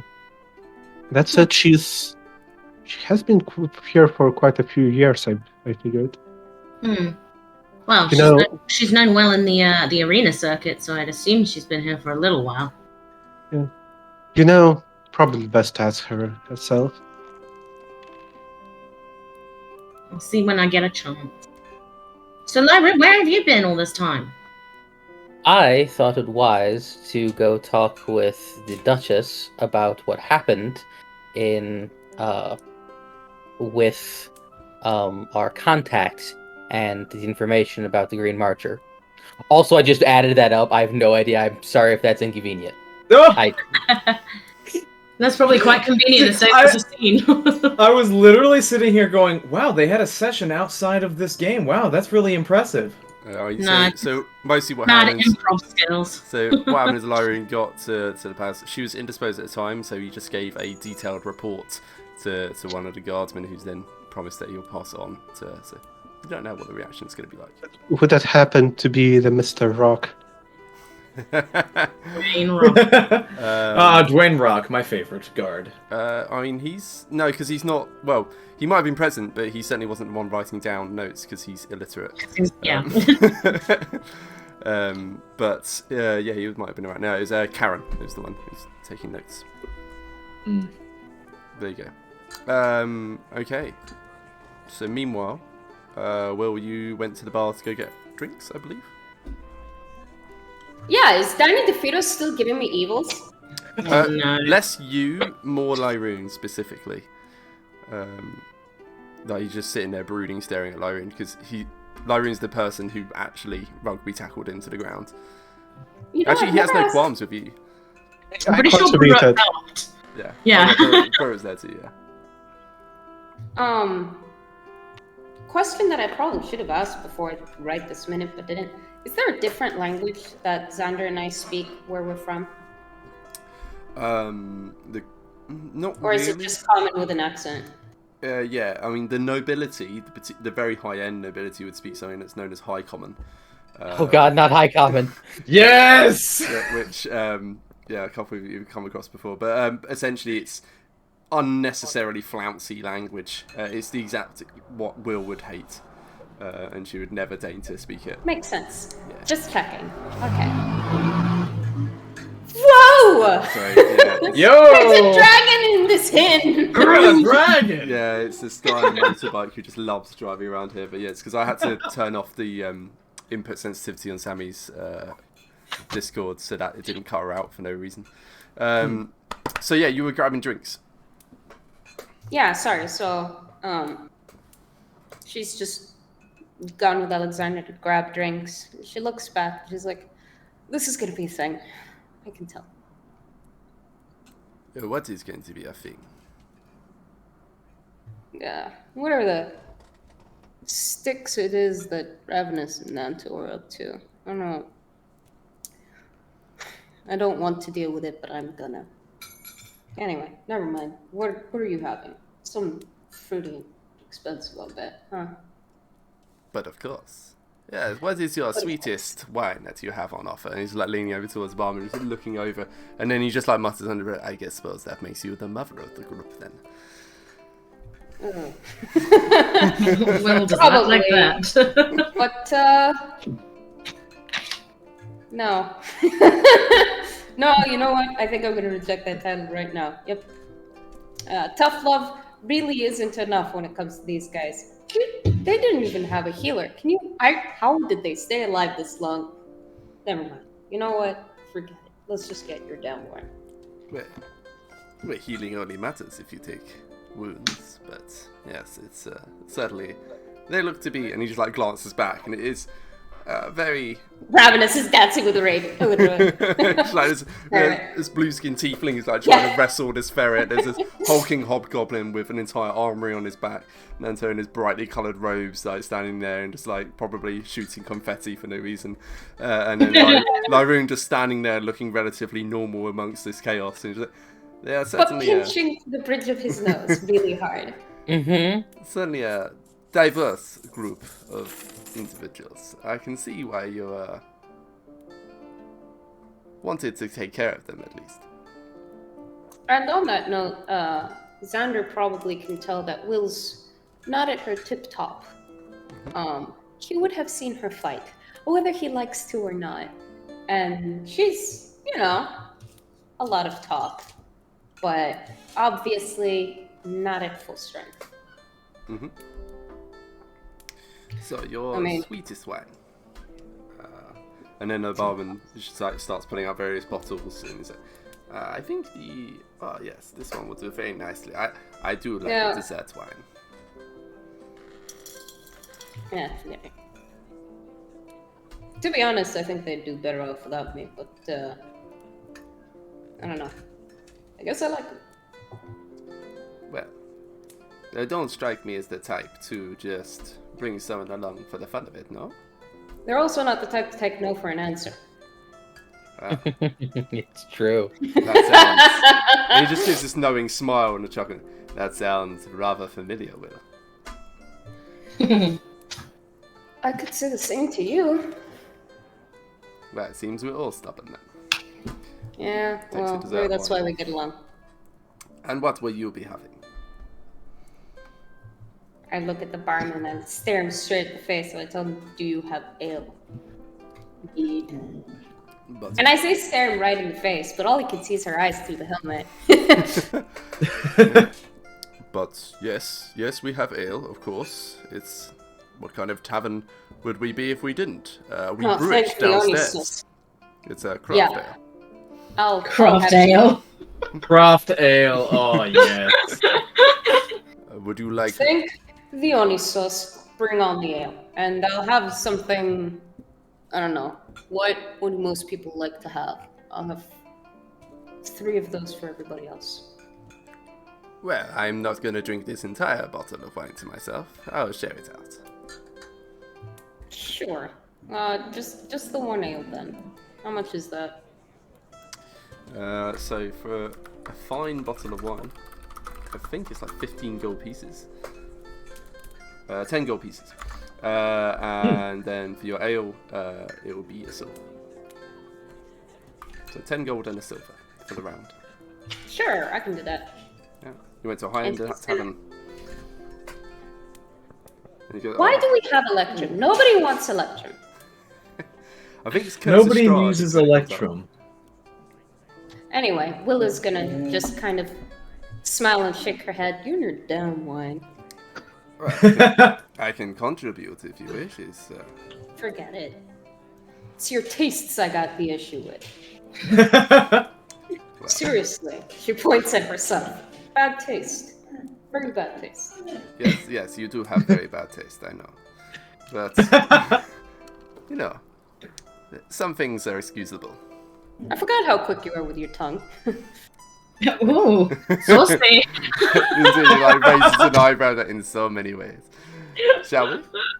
And I wouldn't know, despite your best efforts. Let's go. And, so you make your way back to the group with an ale, a bottle of very high-end wine, and 4 glasses. So, okay. What's Nanto is, of course, partaking in nothing. Yeah, that's why I ordered 3 more, because she kind of looked back and went, not for Nanto. He's certainly too young to drink. So, what's with the ferret? Oh, actually, hey, their table's someplace. It's gonna be hard to drink through my... Oh my gosh. Sorry. Oh boy. Sorry. It's a party now. Yeah, we've got fancy wine. And 2 bards. We are aggressively partying now. Time for a duet. The party is mandatory. Will is going to look for a shadowy corner so that she can drink in peace and take her helmet off. find none. It seems this is a very well lit tavern. There are corners, certainly, but no shadowy ones. But there are booths. Am I able to cast darkness? I cast Hunger of Hadar. I'm just gonna put my gauntlet on top of Ravenous's hand and be like, "It's all right, sweetie." I was gonna make you a dark corner. I know, and I appreciate it. I really do. But I see a booth. Let's just pick that. I mean, I'm probably too tall to. Whatever. Who cares? Burr Okay. just throws a very knowing look towards Xander. Just sort of see. I can see where you get so much excitement from hanging out with such people. Who is that directed to? Mostly towards Will, actually. But then looks over to Ravenous. And you would be Ravenous or Nanto? I'm Ravenous. There's a chance. Oh. You have to think about it? I know, that's why I made the face. I was like, why did I have such a hard time? Yeah, Think about that. you guys sure you're okay? No, I was thinking about being a bit of a trickster there and be like, yeah, I'm Nanto. Missed your chance. Leave Xander alone. He doesn't deserve it. On that note, stop throwing magic crap at Baruch. He doesn't like it. I don't throw anything at him. It's true. We were walking the whole way. I didn't see a single thing that she threw. I did. Listen to Nanto. Yeah? Alright. There was Nanto, obviously no throwing. What happened? Oh, well, she used the sending stones and communicated with Baruch. Mm-hmm. Why did she ask for help? I didn't actually say anything about help. I said, need to find you. Uh-huh. Why did she ask for help? Oh, well, that is simple. He just kind of blinks and then, I don't know. It was a very normal day. Will leans back. Ravenous is just not looking at what's going on and just kind of He gives avoid eye Ravenous a contact. thumbs up. Ravenous kind of just looks at the thumbs up, nods, looks away, and starts trying to feed the ferret some jerky. She's going to remove her helmet. And she's going to look between Nanto and Ravenous. Now, I know that you guys do stuff a certain way here. But if you're in trouble, and you're asking me for help, I'm gonna give it to you. I'm also gonna be real pissed if I find out that you're lying to me straight to my face. I don't need help. We're safe. We are good. Nothing is wrong. That's how you want to play it, Ravenous. I don't see any trouble around here, do you? And Well. she's obviously not happy. And it's not. I mean, I don't know. How insightful is Ravenous? Is she insightful? Average. Wisdom 10. Average. Okay. Well, it's very you and me kind of a feeling rather than, oh no, what did you break? And then you interpret that however you wish. Give me an animal handling check for your ferret, by the way. For the ferret. I feel so bad. And she's gonna, sit tight because, Ravenous says, I don't see any trouble around here as she's handling this ferret. How does the ferret? How is ferret looking? I'm finding out my game D&D Beyond froze. I just need to do that again. Alright. Oh. So That is a 19 on the animal handling. Yeah, so there's like a slight squirm for a second, but then you just give it a slight petting and scratch behind the ear, and it seems to immediately sort of melt into your hand and just be settling down at long last. How does it feel about the jerky? Oh yeah, it was pretty happy with that and starts devouring it. Oh, at least you don't have ferret jerky. No, you don't tend to find many of them on the streets. Oh. So yeah, this beautiful albino, and you would recognise it from yesterday when you were at the fair, but yeah, No, you don't. No, you don't. No, you don't. No, you don't. I mean, look, Will's not stupid. She's actually smarter than the average adventurer, apparently. Yeah, but Smarter Ravenous. than most of us. The difference is Ravenous is stupid. Well, Will isn't. You said you had to meet us. You asked us where we were. We saw guards running. You got the fare from me yesterday. She knows something's happening. And she knows that Ravenous isn't being completely transparent. And you guys all can see that Will is not happy about it. She stares Ravenous for a little while. Says nothing. Ravenous is not making eye contact with you at all. She is trying her very hardest to keep her eyes away from yours. And she will eventually turn back to Nanto. What about you? Oh, what about me? You're gonna look me in the eyes and tell me that everything's fine as well? Oh, I can do that. Everything is fine. Right, but is it? Oh, of course not. Yeah, see, I think we all know that. So, Nanto, what in the Tartarus is going on? What have you guys been up to? Oh, well, that does put me in quite the pickle now, doesn't it?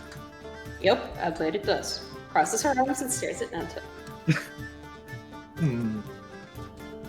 Well...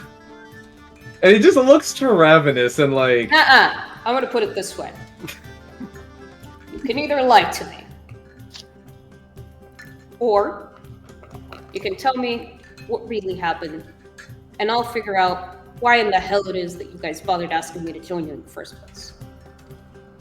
Well, to be honest, I did not know that we were asked for help. All I knew is that, well, Ravenous seemed to communicate with you. I figured it was just telling you about our great success. Doing what? Having fun! Ravenous, it's one thing you deciding to lie to your so-called friends. It's another one asking other people to do it. I would never ask Nanto to lie. It's true. All she asked was to keep a secret. Zone of truth.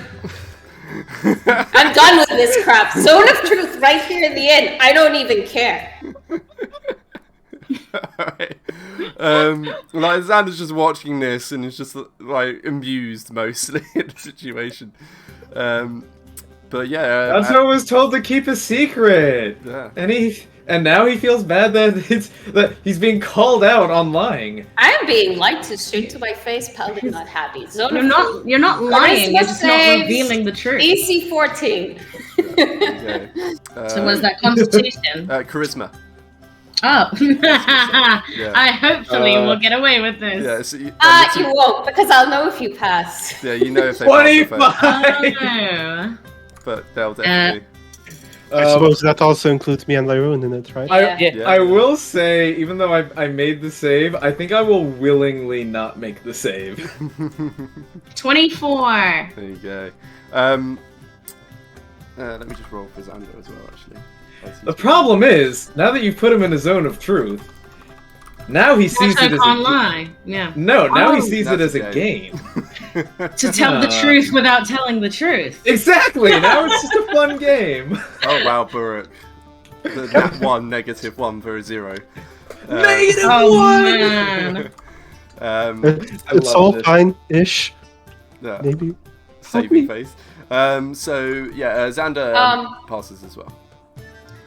That's okay. Every 6 seconds they need to make the check again for the next 10 minutes while they're in this area. While they stay in the circle. Oh yeah, so this like golden ring of sigils appears on the ground. No, it wasn't. It was plant life, I think, was the theming of your magic, right, Will? So, actually, for everybody that spent a little bit of time with Will, this might not be immediately obvious, but she actually has an even more palpable presence now than she did before. There's just this eminence from her constantly, and all she really did was she huffed, and it's like that thing that's inside of her expanded. It's like the wine that Alexander brought over has just gotten uncorked, the scent of it barely fusing with the air. This small tickle, like a leaf landing on you briefly, and always with all of the stuff that Will does, there's a bright light that expands outwards starting from her. Ooh. You wouldn't perhaps describe this as an aura, would you? I would, in fact, describe it as an aura, but I was very intentionally trying to avoid that specific word. Okay, that's on this level. So yeah. No, she has an aura. Aura of protection comes at this level. Oh, cool. Yeah. She then gets another aura at the next level. That's when she's back at full strength. Yeah. So yeah, not aura. Spreads out. Not aura. And all but Ravenous fail to. Well, Ravenous and Xander actually. Xander doesn't fail either as a bard, but he chooses to fail. He's not got anything particularly to hide. And yeah, so you would know in your mind that Ravenous is not failed and is able to give it 6 seconds. But yeah, as this materializes in the tavern, you'd see more than one patron looking over towards your booth, confused as to why there's zones of truth being slapped down. Suddenly, the cheating partners who are denying that they've done anything wrong suddenly tell their partner everything they've done. Well, it's the thing. So you just very quickly start looking for a different tavern. Yeah. Zone of truth, the way it works, if you fail, anything you say, you can't lie, but you can. You can not say stuff, yeah. right? You can not say stuff, or you can say, I wouldn't have thought I would have done something like that. So yeah, you can get around it. So lawyer speak is still game. Yeah, exactly. But yeah, so Xander's like, I can see that you have a very direct way of things still, Will. Perhaps they were just trying to find a surprise for you. In what universe? On what plane? On what plane of existence? And he just like holds his glass up and gives it a little shake. Oh, who knows? It comes in all shapes and sizes. They certainly don't seem to be. And he just like gives Ravenous a shrewd look for a second. They don't seem to be outright bad people. I doubt. Has it been 6 seconds? Yeah, go ahead and resave Ravenous. We want what? You have to resave every 6 seconds you're inside the circle of truth. Me. 15? Yeah. Oh. All good. What do I have to get to pass? 14. Oh, okay. So you roll an 8 or lower, you fail basically. Uh-oh. So yeah, he's like, well, don't seem outright evil at least. No, of course not. If they were outright evil, I would have, fought them myself. I would have punched them in the face by now if they were outwardly evil. Yeah. Yeah. Wait, is Burke evil? Yeah. No, I'm sorry. No, that was a window. It's totally different. And he just glances over to Lyroon. I'm sure It's also a lifting by the tusks. I think that counts. That was just for fun. Glances over to Lyroon. He's like, I'm sure they were just anxious about getting in trouble with their daddy. Aww. Or mum. Papa. Hey. Papa, Mama, don't scold me. Looks over to Will and says, or mum, who seems to be very disapproving of Do their we really have to put that nickname out so that it's a thing? Do we have to? Are we doing this? Like with her helmet off, she's starting to turn pink a little bit the more frustrated she's getting. You act parental, people would describe you as such. Yeah, well, it's time for some tough love. Where the hell did the ferret come from? Has it been 6 seconds? The ferret come. I think with Out of after the context, answer, I love probably. that. So yeah, after the answer, it probably will be yeah. Oh, where the hell did the ferret come from? And Ravenous, if you've got nothing to hide, is there a reason that you're not letting me hear the truth with my spell? I picked the ferret up at the Monster Festival. Didn't answer the second question. Some things people don't need to know. Yeah. Now take the save. Damn it. In the meantime, Burke is just pouring himself a glass of that fancy wine, tasting a 16. tiny bit of it, Pass. and just kind of tasting it. It's not quite his taste.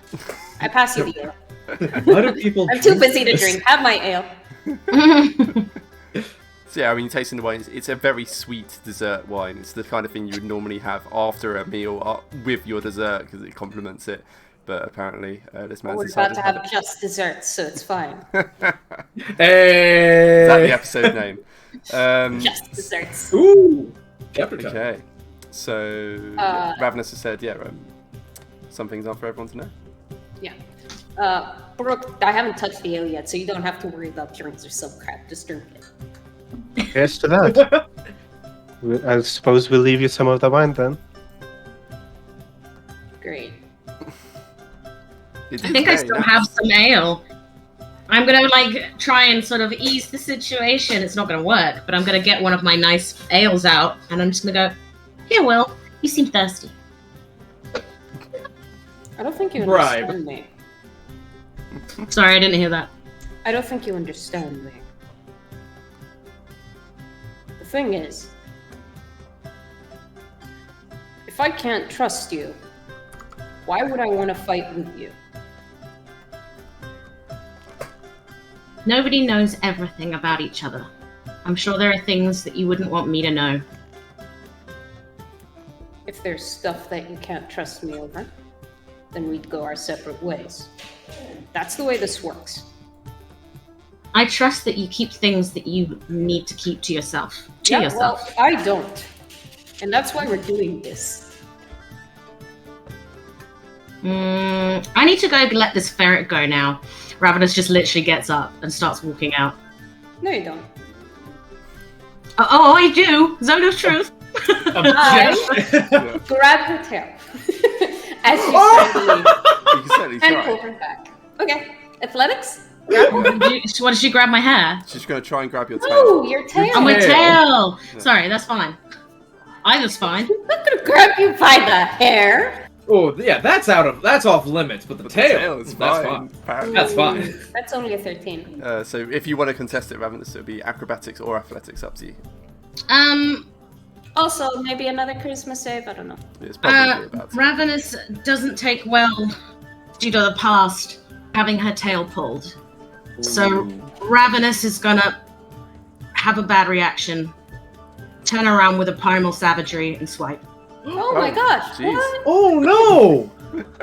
It's a visceral reaction. It's not a thought process. It's a visceral reaction from stuff in the past. Okay, fair enough. Fair enough. Okay. I am so sorry. I feel awful. But in character, this is what she would do. You do also fail the charisma check. Oh, I'm aware. No fighting! So only with one hand because I'm still holding the ferret. Priorities. Of course. How do it's to hit first? So it's a melee spell attack. That's a 10. No. Whoa! Absolutely Natural not. Well, So, thank goodness. Yeah, so she turns around with a snarl, and the claws extend into sort of acid dripping, and then just scratches down across the front of your armor as you yank on her tail, trying to stop her from getting away. Do you say anything, Ravenous? No, she's kind of shocked. She doesn't have anything to say. It's a very much a get off reaction. Okay, so probably more across the arm that's just holding the tail. Yeah, exactly. Will is just staring you down and holding your tail. Nanto is I could hunger of Hadar right now. Do it. Nanto is I can't. Fight thoroughly me. surprised. We're still in the middle of a drink. So Ravenous has kind of come to her senses there. She says, "I'm sorry, I didn't mean to do that. It was just an instinct. It was a reaction. I'm sorry." Oh, I don't very much like this game anymore. Oh. But she did fail, so what did. she is saying is It doesn't true. matter. I drop Zone of Truth. Oh, really? Go of her tail. This music is wholly inappropriate. It's so inappropriate. It's very inappropriate right now. I'd rather have nothing instead of this right now. I'm sorry. I haven't So- been listening at all. Will, Music. this is what I will do. She's staring Ravenous down. She apologizes. With the same unyielding look, Will stubbornly lets go of the tail, drops Zone of Truth, and tells Ravenous, "You want me to trust you? You want me to respect you? Trust and respect is earned.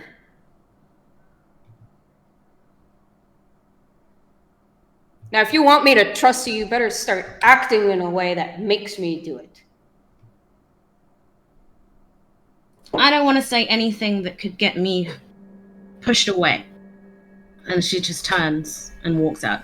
Pushed away how? She doesn't Don't walk away from me, Ravenous. She's not answering. She's continuing to walk. No. So I guess that's it about trust then, huh? Doesn't say anything. Gives me my answer. She sits back down and takes a cup of the wine and drinks it. Nanto's eyes are sad. No, they've turned blue. They're like, instead of like normal circles, they've got like, you know, slanted eyebrows where they're like, oh. Brooke is just kind of giving slightly anxious looks towards both Sander and Irune. Did we do something? No, forget it.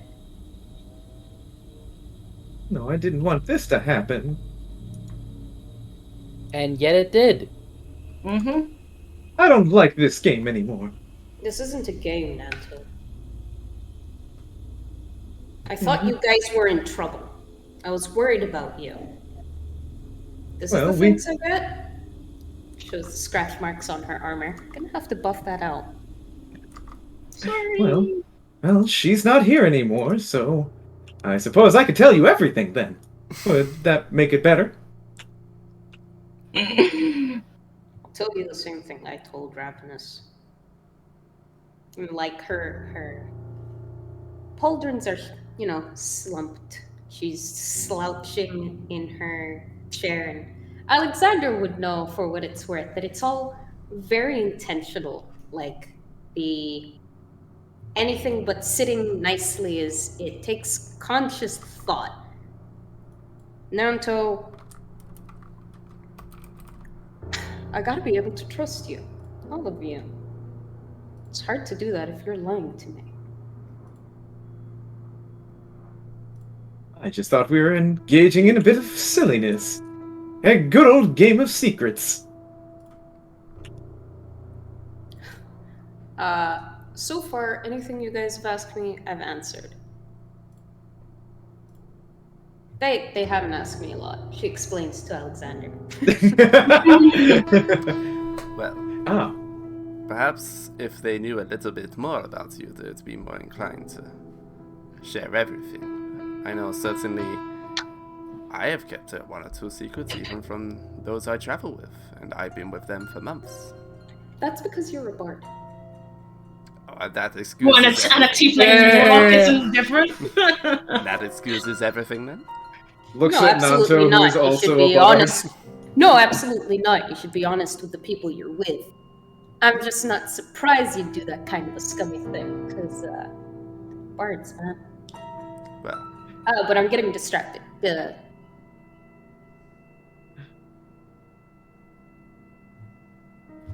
Nanto,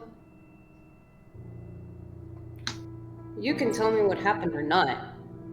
The thing that I've got a problem with is, I don't know, you guys are fine, that's great, but why wouldn't you trust me? Well, it's not a matter of trust at that point. I made a promise. Alright, keep your promise.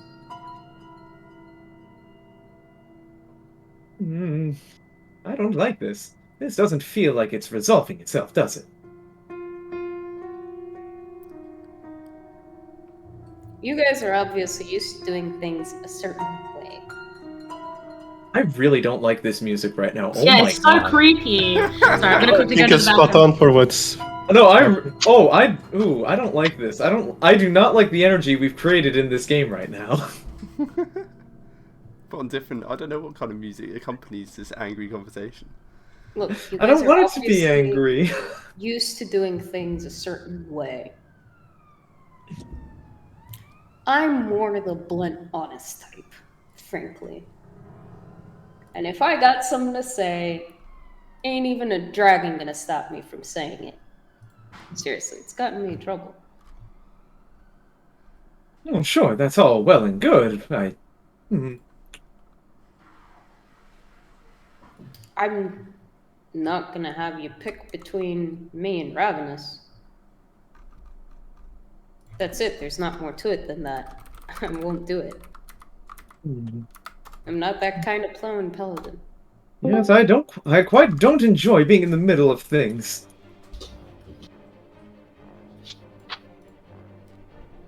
Still not quite. Nanto just doesn't know what to do at this point. He's sad. So Xander just leans forward. I don't think that any of you, well, unless you are utterly unwilling to be.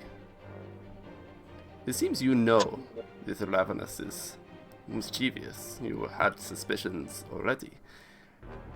From what I can tell, it's just a case of, are you, well, they don't want to get in trouble. So again, I don't understand. What? This is Flair. I didn't hear the last part. What trouble? Yeah, it's that they don't want to get in trouble, essentially. I'm just going to change the music. Oh, trouble follows me wherever I go. That's a constant in life. Yeah, I told you guys that about me, too. So... But I feel as though she's taking it a bit more, personally, I guess. Maybe something to do with that whole, blasting you thing. Yeah, not too happy about being clawed up. But, I can handle it.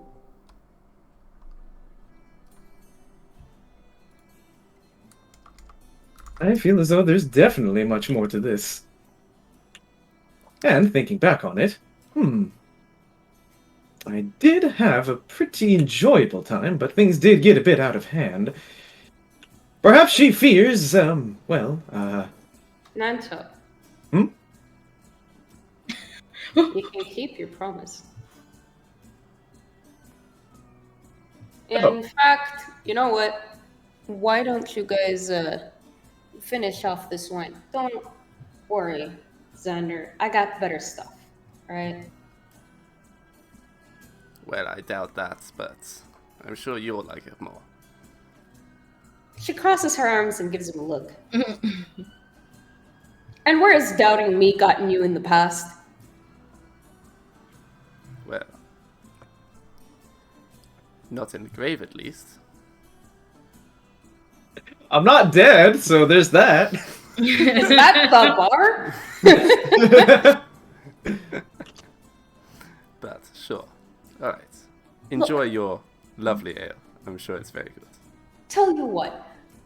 The wine I replaced this with isn't as good as your fruity dessert wine. She would probably be able to name it, frankly. The wine I replaced it with isn't as good as this Merlot. I'll buy you another damn bottle, alright? Just, Lyroon. Yes. Whenever Ravenous gets back, make sure she's alright. Tell her we gotta have a talk. Me and her. Okay. Thanks, bud. She'll stand up. Like I said, enjoy your wine. Xander, I'm about to make you eat your words. Come on. Well, I hope they're as tasty as this wine was, but okay. It's better. No, my words. Then wine? That won't be hard. Wine's not that good. So he'll set down his glass. Well, it was a pleasure to meet you. Don't lie. Well, it was. I mean, what happened there wasn't nice, but it's a pleasure to meet the people that you have been adventuring with. Brooke, Nanto, Daddy Low. I take it we'll meet again. Don't call them daddy, please. Daddy Low. I can see why they need such a character. Well, until our paths cross again, if you happen to be in Waterdeep next week, I'll be playing. It'd be a pleasure to see some friendly faces. Perhaps we can even have another little battle, Nanto. Oh, I would thoroughly enjoy another battle of the bards. What better way to hone both of our skills at once? Exactly. And, well, or perhaps we can even plan to play something together. Who knows? Duet! Oh, well, what fortuitous circumstances. That would be quite an experience, I think, to co-write something with another man. Oh my goodness, another bard in the room. Well, that would be quite the... Oh man, I have to get ready. I'll prepare everything I can. And he's just overwhelmed that someone would want to duet with him. Yeah, he's just sort of backing away slightly at this massive over-enthusiasm, wondering if that was the right call. But you did win the Battle of the Bards, so it probably is that well. Until, well, if you were in Waterdeep next weekend. Otherwise... Of course. Alright, Will, show me this wonderful wine that you are boasting of. Yeah, she puts her helmet back on, swing by my place, grab the fruity tooty wine, and then maybe you'll be interested in watching me wrestle. I don't know. Not like that. She looks at Baruch and points a finger, judging. I mean, Baruch just kind of looks at her a bit confused, but... I mean, if arena fight's what you want, go for it. Well, I told those luchador-looking guys that I'd fight with them today, so... Right, you did. Oh, the wrestlers. The green mist. Yeah. Oh, yeah, I hand back this sending stone. Ah, yes. Catch up with Aaron, you might want to keep that one. You will make a better use out of it than me anyways. I still have the other one, by the way.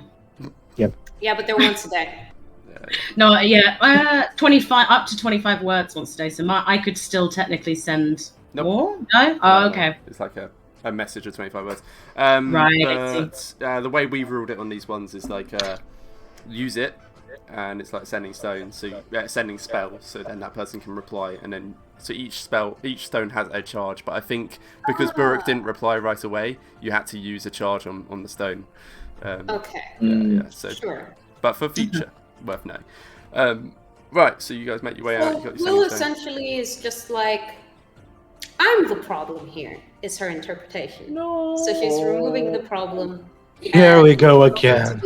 I'm so sad. What am I supposed to think? She didn't want to tell anybody, though. Like, it wasn't just Will. You were just the one asking. This is just Winder's interpretation. Yeah. I'm just caught in the middle, and I hate it. I'm sorry. You made your choices. You made your bed. Now you lie in it. So, meanwhile, outside. Sorry, I made the bed for him. I apologize. Yeah. He is responsible for his own actions. Paladin logic. Carry on, DM.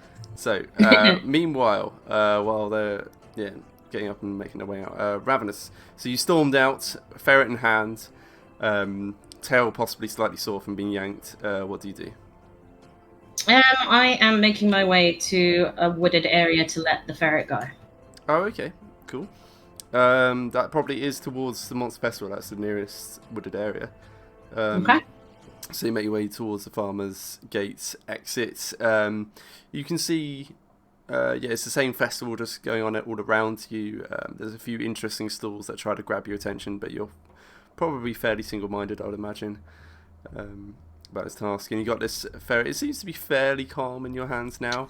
You've fed it, you've petted it for a while, and yeah, you get to out of the gate. This bright white ferret in hand, and yeah, you in the woods. What do? You just letting it go? You saying anything? Doing anything? Yeah, I'll give him a little look at. I'll hold him up under his little arm so he's all floppy. Oh, yes, I love that. It's just the best. So I just hold him up and I look him in the face and go, "Okay, well, now it's time for us to part. Hopefully, you feel a bit braver than you did before. You seemed really scared, but it's time for you to go." After being nearly suffocated, I hope you're braver now. Yeah, well, no, it's because he didn't want to come out the cage. So Ravenous was like, "Oh God, I've got to let him get out." So put him in the bag. That's why. So yeah, she just. Am I echoing to anyone else, by the way? No. Okay, I'm hearing an echo of myself. Anyway, so yeah, she just tells the ferret, "I'm sorry you were so scared, and I'm sorry I put you in a bag. I didn't want to do that, but needed to get you out of there so you could be set free. Well, here's some extra jerky." And then he says, "Okay, time to go." And then puts him on the floor and just watches him go away and just waits. Cute. Okay. Do you use your ring at all, or is this just? Oh no, she's forgotten about the ring. She's just having that kind of conversation, assuming he understands. Okay. not using the spell to be able to talk to animals, just talking out. No. Okay, so yeah, You set him on the ground. She has the ring, but she doesn't remember at that moment. Yeah. Because she's a bit flustered from what's going on. Okay. So he's just looking around, sniffs cautiously, and looks back up at you. Doesn't seem to have understood any of that conversation, and has no inclination to run off. It seems. Give me a. Yeah, give me an animal handling check. This will be like a nat. This will be a nat 1, I bet you. This is more. I would have said insight, but I think this is better. Straight 10. Okay. From what you know of ferrets, and the fact this is in a cage, and it seemed quite nervous, and it doesn't seem to be running off for freedom at the first available opportunity. Yeah, I think it'd be fair to say you don't know. It doesn't seem to want to immediately run away anymore. Huh. So Ravenous gonna cocks her head at him. Just like, why is he not running for freedom? And then she remembers the ring. It's like, wait, I can speak to this thing. So she goes, rummages in her bag of holding, pops the ring on, and activates it. Yeah, I don't know how it works with that. Essentially, it's got a trio of gems along the surface. After attuning, you know how it works. So you basically press 1 for the fear spell, 1 for speak with animals. I think there's one that's some kind of animal control as well. But I assume you're just using the speak with animals one. Yeah. I don't want to control it or scare it. That would be mean. Yeah. Exactly. Okay. So presses the animal button, speaky, talky animal button, and says, "You're supposed to go now. I'm letting you go back home." Yeah. Eyes widen, ears up, like confused, and like scattering back a little bit, like, "You're talking. You're a person. You're talking." Oh, it's this thing. Also, Vlad's become rhythm. Yeah. I don't know how. Oh, he gone. Oh, there we go. Yeah. Vlad, He'll be back. He'll be back. He's not needed. Okay. And I'll be back because my dog is whining. But Aww. yeah, he's been whining for a while. I'll be back. Okay. All right. Cool. So, just points at the ring. It's this thing. Normally, I don't speak to animals. I don't know how. My friend does, but I can't do that. Right. He just like looks around nervously at the woodlands around him. I've never lived outside of Cage. Cage is home. What? You've always been in the cage? Cage is home. Cage isn't home. Cage is prison. Cage has food. Cage has warm. Cage has man. Cage is safe. Wood's not safe. He just looks around and you can see he's like nervous. Well, I don't want you to go back in a cage. That just means that you're stuck and you can't do anything and you can't go anywhere and someone's telling you what to do and controlling you.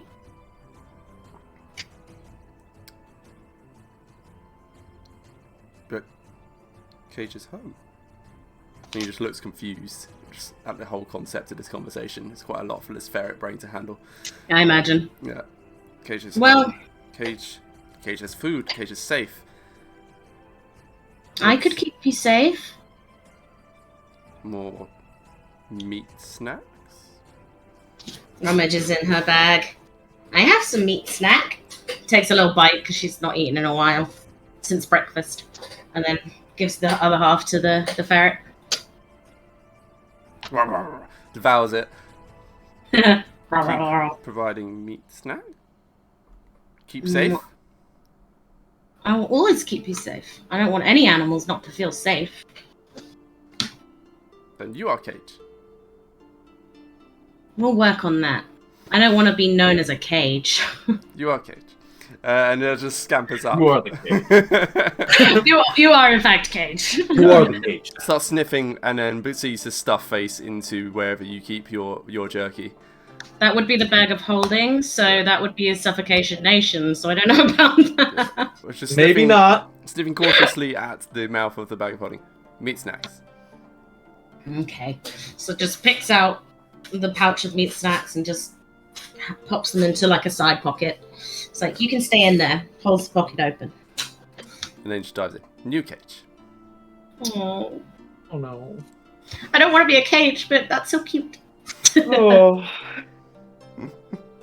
Cool. Okay. So Now what? that'll be my... Well, I guess these guys will have... Oh no, Yeah, it's quite important where you're going and what you're doing for what happens next. Okay, well, I guess I'll make my way back to where we're staying, but I won't go in. I will walk up the side of the building and just keep an eye out, because I want to make sure everyone gets home safe. Okay, so you're heading back to the River Shining. Yeah. Cool. Okay, so Will, meanwhile, you are making your way out of the Lady Luck, promising to find a bottle of wine. So you're going to take Xander back to your upstairs flat above the blacksmith parents' place. Yeah, I'm not so sure that this place is for you, buddy, to be completely honest. I mean, like, you're welcome, but you've got kind of fancy tastes.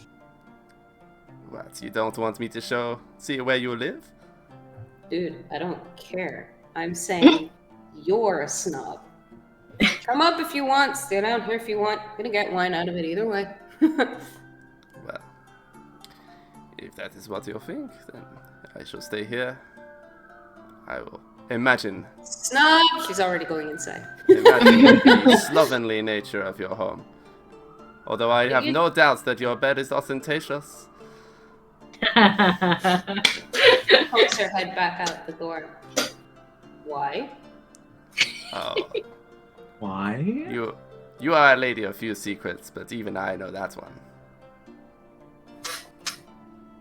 Have you been in my room? No. Did you go to my parents' place? No. How dare you accuse Places me you're of not such a... supposed to. She like pokes him really hard on the chest. Where have you been, sir? No, just certain stories travel around the courts, you know? You're gonna have to tell me. Come on, whatever. Know the truth. It's not the truth. I'm out of second level spell slots, unfortunately. Yeah, I wasted your last one. Sorry. It was interesting. Yeah, so she goes, whatever, come upstairs, I don't care. It's not quite a mess, unfortunately, despite Will's best efforts. We have someone to blame. She has kicked over the box of tools because that one was bothering her. The rest There we of the go. room is in a relatively good state because that's how the others left it. Yeah. He just looks around and he's like, well, you have certainly gotten tidier. No, I haven't. That of the group decided to clean my... We're not calling him that. Lyroon. Lyroon cleaned the room. Ah, your dad cleaned your room for you, I see. And he just looks over the bed and starts laughing. As I suspected. Yep. Laugh it up. Go on. She looks really embarrassed, but she's trying to act tough. Just wanders over and starts bouncing on it. Just like me. I walk out the room and lock the door. Are you sure you want to keep me in here? I go downstairs. Okay. I'll just tidy your room for you. I go outside and I stand underneath the balcony. I whistle up. Hey! Come get the wine, you snob! He just comes over to the balcony and just... And I put my arms out. Oh my god. I am not jumping down. Do you know how expensive this loot is? Well then, you better hope I don't drop it. Well, luckily for you, I have other ways of getting around. You sure you haven't been to my room? Because you're acting real suspicious. No. How dare you make such an accusation? I'm not some creeper going through your bedroom. No. That's exactly what I'm accusing you of. It sounds like you're some creeper going through my bedroom. You didn't just threaten to clean my room in my, in the lack of your defense. And you just locked a man you hadn't seen for a year in your bedroom. Yeah. Who's the creeper here? Yeah, this is my fault, mister. I can get around. Come Damn on. bards. No, I mean I can get around. And then he steps to the balcony and strums on his lute and leaps. And then proceeds to fall slowly to the ground. Would you say he falls like a feather? Like a feather. So yeah, he literally drops about and then just suddenly slows and just gently falls down to the ground as he plays. There's a little bit of light applause from the crowd around as they watch the bard come down from the balcony. At first, she's a little bit annoyed, but then she's like, alright, that was pretty cool. Well, you have to have some tricks up your sleeve. Yeah, you've learned a few more since I saw you last. Still not too sure about those rumors you're talking about, though. You're gonna have to fill me in. What, do you have an ostentatious bed? The sticks am I worried about anyway? Already got a load of infamy. Well, mostly it's what I already told you. So your family sent you off packing to adventure. And yes, you will miss your comfy bed at home, but I see that you found one out here. Or is it the same? Did you bring it with you? No, I didn't. How was I... Carried the bed the whole way on her back. How? What? You know, I'd say you need to get out more, but... I can't believe that black dog would have the audacity... And the angrier she gets, the less her accent shows. The audacity to actually perpetuate that rumor that he was the one that had the brilliant plan to send me off, to equip me properly with my grandmother's armaments. God, it just makes me mad. I'd like to smash whatever the nearest thing is. I don't. Smash thing. Yeah, I don't know what's close to me. I cast Smash Thing. I cast Smash. Oh, Muscle Wizard cast Fist. I love Muscle Wizard. So yeah, there's a stall nearby with a load of clay pottery. Yeah, smash pot. So yeah, Is there any rupees inside? Yeah, any rubies? Maybe a heart? And there's this like a portly woman wearing like a clay smeared apron. And she had been sitting like making the next pot. It's like seems like they make them for you, and then there's a bakery behind her that she's gonna get them fired in. And she just, well, you'll be paying for that, young lady. Or man. Helmet on. She might not know. I was gonna say, yeah. Yeah, in fact, you'll be paying for that, young man. Yeah, fine, I'll pay for it. Why not? I'm the one that earned all the gold that I've got. You hear that? I earned it. I fought for it. How much is the pot? Less than 120 gold. 5 silver You could literally pieces. say anything at this point. Also, I just realized that my camera wasn't on. Oh yeah. Yes. Linked Yeah. up. There we go.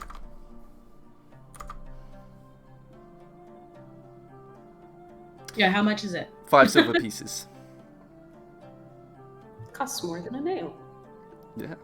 It's handcrafted clay pots. Just think about your actions, young. And then she thinks for a second. And she thinks on your voice, young lady. Yes. Her voice would sound a little bit weird because it's coming through the metallic helmet. So that's the one thing that I felt was like, yeah, okay, she could pass like a dude. Yeah. But in any event, she's like, 5 to... It's more than a nail. And this is like Will's bar for value, right? Because it costs more or less than an ale. Yeah. Whatever. Here. She'll give her the 5 silver and then she'll give her another one. Not your fault, my black dog is a gossiping old woman. I really am spending more money on Breakages. I smashed than anything else. And she just looks confused. Like, well, I don't know what your dog's doing, but don't take it out on my pottery. No, be off with you. Yeah. Art book, I'm sorry. Just Hey, okay. She is not taking it out on her pottery. She's taking it out on her own pottery. She bought it. She can smash whoever she wants. I bought it and then some. Yeah, I give her 6 silver. Yeah. She just takes it, slightly appeased, but still shoos you off. And I give Xander the wine, and I go off. After everything he did, I forces her accent back on again. I ain't too happy about it. Well, I hardly imagine that's what he was aiming to make you happy with it. He was aiming to save his own honor. And perhaps steal some of yours. Great, yeah, because I got loads to go around, and the whoring, drinking man is got so much chance of reinstating himself. Please. Well, if it wasn't for my sissy, that whole place would have been crumbling to pieces by now. Well, what it is that he's still doing his very best to accomplish such, but I don't think it's that unbelievable. I think it's entirely in character. That's the one thing I never really could do. Yeah, you don't want to hear me complaining. Do you want to watch me wrestle? And you can see he looks a bit confused for a minute. Wrestling? Yeah, there's a bunch of wrestlers. I asked them to show me how they fight. They invited me to a match. Well, as an aside, I believe I wanted to cheer them on that, right? Yeah. It's true. You would notice it's at midday. That eyebrow wiggle. Do it again. Do it. That's insane. Oh my lord. That is face. Yeah, you would notice it's set for, I think it was midday at the Monster Festival. Which is right now. If there is still a Monster And the wine that I'm handing him over is the one that I got from... Yeah. Oh, I don't remember his name off the top of my head, but I wrote it down. The Noble. So I got the really nice wine. Yeah. These are the fine ones.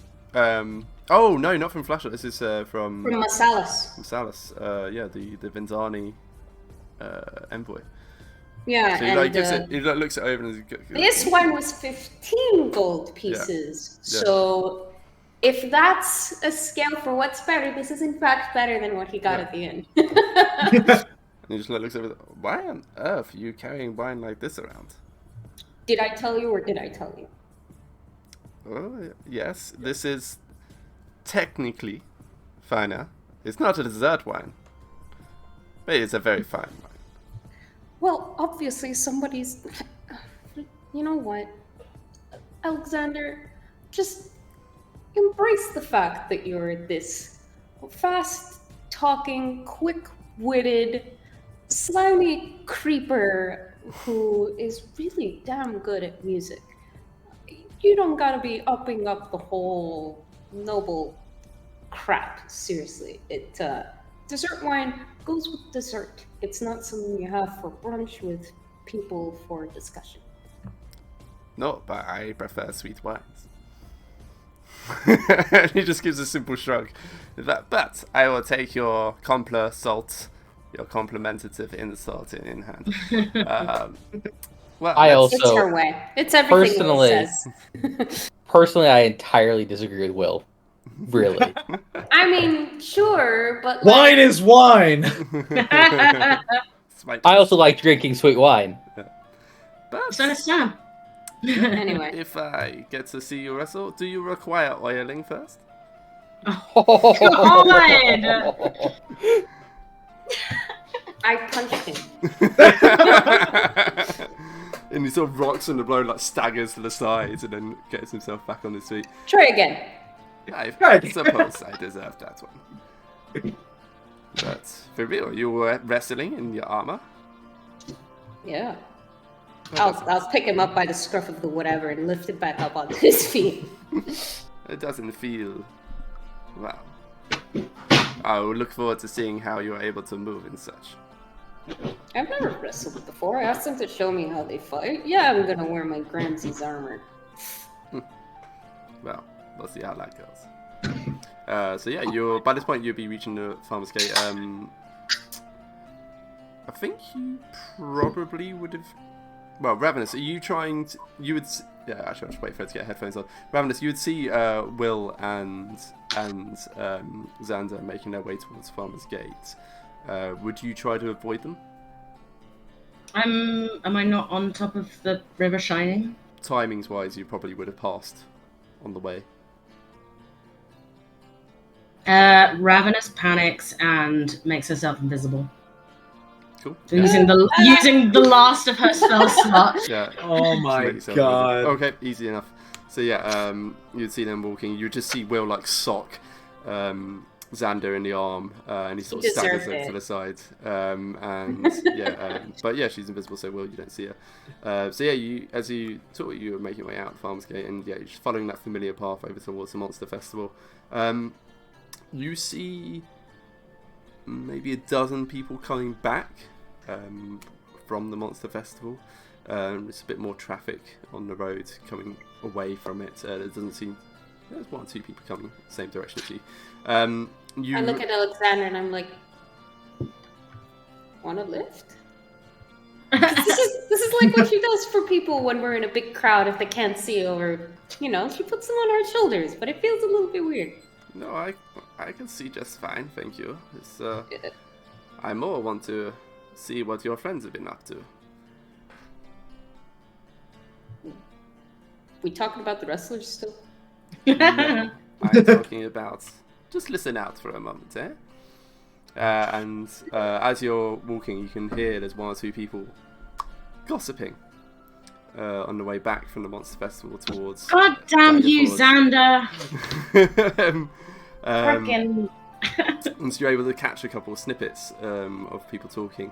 Apparently, a flaming horse leapt into the sky and vanished from one of the cages. Would I know what that is? Is it a monster you fought?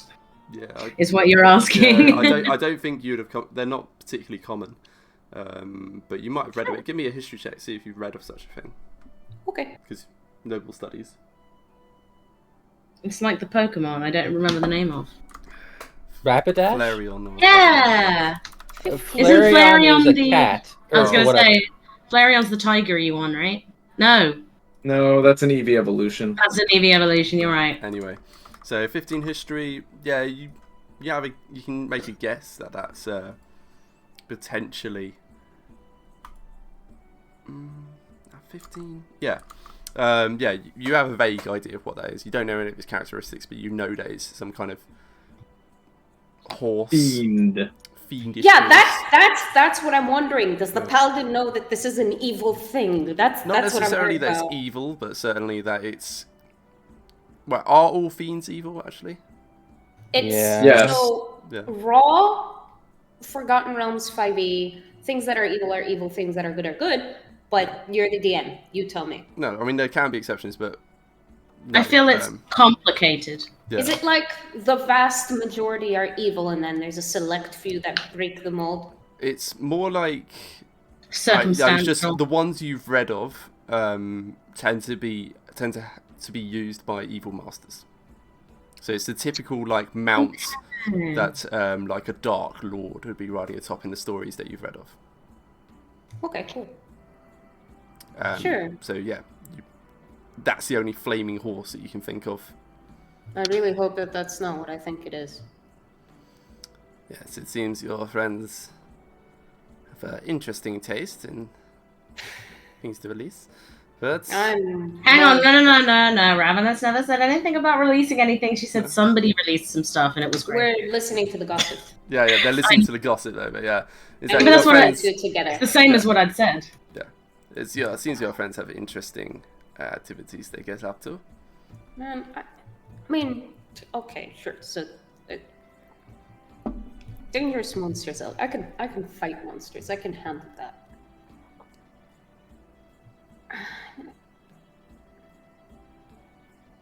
Fact is, I figured if I'm gonna be fighting with these guys, that maybe they, I don't know, trust me. If you're gonna unleash a big giant monster out into the world, at least take me with you. Well, I suspect that it was just the two of them doing such a thing for a reason, no? You don't take your daddy when you go out to do mischief. You gotta stop calling him that. And you don't take your mother either. I really don't think that they think of me that way. Well, then why do you act that way? I don't know. I really don't. Well. Stop making me think. Come on. Stop making me use my brain. I don't want to identify my emotional reasonings. We have the same in our monster festival, you know. What? There is a mom and a dad. Well, more like two dads, but one's more motherly. I think you'll always find there is someone who takes on such a role. Look.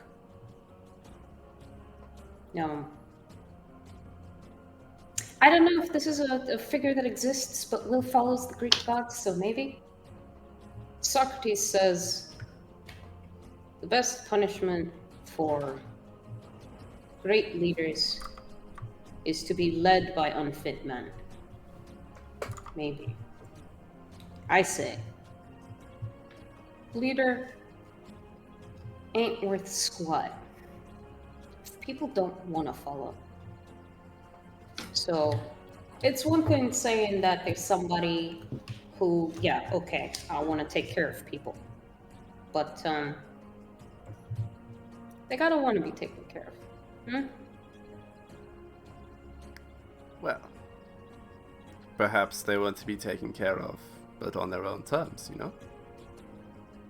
That's not being taken care of. She, messes up his super pretty hair. Probably cares about where each curl falls. Yeah, no. Oh my god. There's a thin sheen of some kind of grease or mousse left on your... Whatever! It'll, what is the name of it? Pomenade. It'll WD-40 my gauntlet. It's all good. Yeah, no, it's... As I say, if you were going to do a mischief... Well, if I was going to do a mischief, I would probably not tell the heads of the festival about it. But if I got in trouble and I needed help, that's who I would ask. Yeah, and what kind of trouble would you be getting yourself into, huh? Goody two-shoes? Oh, you could be surprised. I just found myself locked in a lady's bedroom earlier. Please, I ain't no lady. And she says that, and she kind of realizes that, who she's talking to. Mm-hmm. Yeah.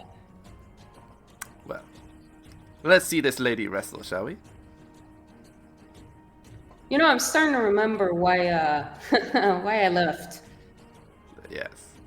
Well, it's good. Then you won't grow homesick. Not going to be a problem. The only thing I'm worried about is my sisters. That's fine. That's the one thing that I couldn't really figure out. What? That they're willing to stay? No, just... I didn't tell them where I was going because I figured they'd tell, the people I was adventuring with. Ah. Well. So, you're sworn to secrecy. Yet another secret to add to the pile.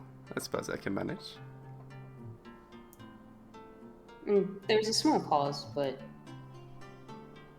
Thanks, Alexander.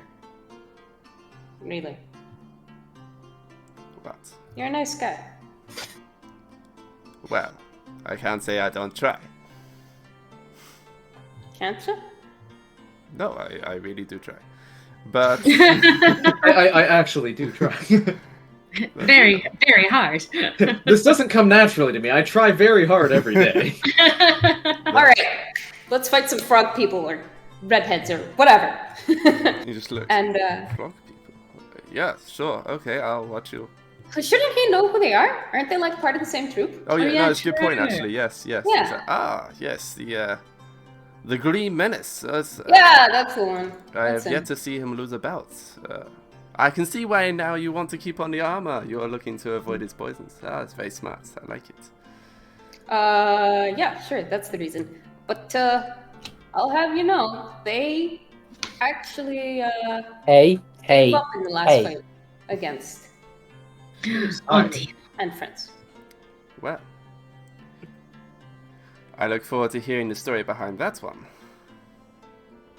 Yeah, I'm sure that they'd tell it better. Oh, I'm sure Hey. I'll add suitable dramatic flair. I'm here. Waves to them. And I'm very conscious that I've been doing a lot of talking this session, so maybe we just whoosh, the wrestling happens. What's everybody else doing? Yeah. So do you want to do that PvP play by post? It's fine. Yeah, we'll see. Nanto, Lyroon, Buruk. If you just do a little bit of chat, I'll look at Lou and then I'll wrap up. Alrighty. So just to post everyone storming out. Ooh. Yeah. Hey, no. I didn't storm. I stubbornly walked. Me too. No, you stormed. Oh no, she Come didn't on, storm. you She was walking. No. Both of you tantrumed. I'll take it. Yeah. I wouldn't say. I mean, I guess it could be a tantrum. Like the way I saw it is that Ravenous basically just didn't want to engage, and just walked away. Just didn't listen and walked. So what are Lyroon, Nanto, and Burke doing? So, Lyroon is sipping his own drink. The fancy ale that I got out for Will may still be there if anyone wants it. Lyron was at the bar before all you guys, so he had his own drink.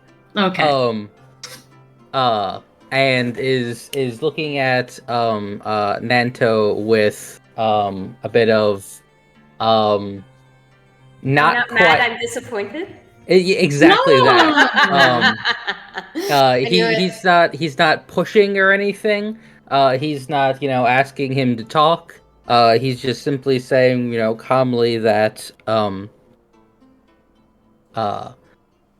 whatever happened, out there, it most likely won't, stay between, all of us there.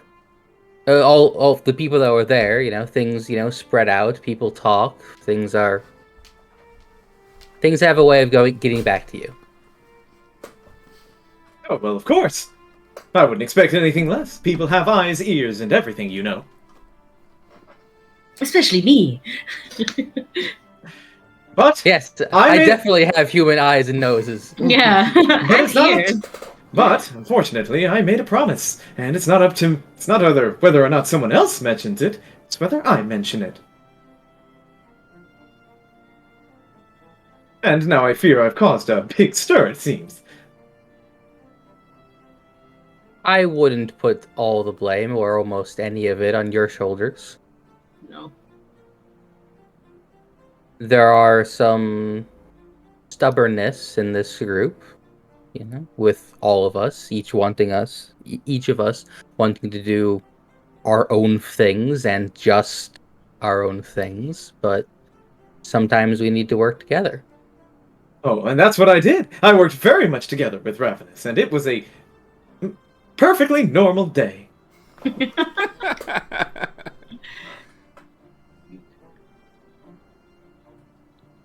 But you could talk to anyone around the Monster Festival and they'd be able to tell you more accurately. Wink. Oh my gosh. Blink. Please tell me you actually say wink. He says wink. He does. Yeah! Oh, it's so good. Delicious. What's Burke doing?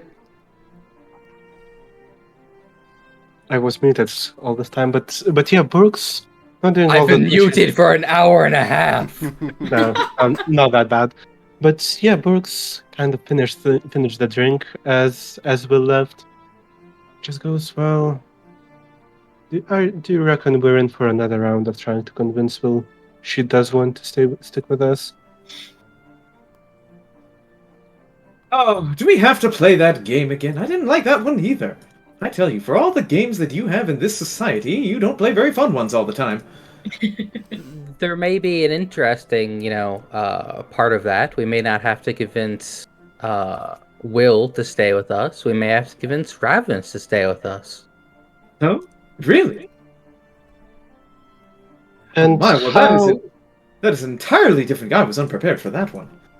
And how eager are you to win that one? Well, it does depend. While I'm not as outwardly angry at Ravenous for lying to us, I am not pleased about it either. Look, she's a capable fighter in her right's in the right place. She's got the Forge badge and all. But you can't deny the fact that every single time we got into trouble with Duchess, guards, or whatever else, Hey. it was her at the forefront, wasn't it? Hey. Apparently Odin's being a naughty boy. It's Ravenous. She's in the background. I'm actually in the States. I'm poking his butt.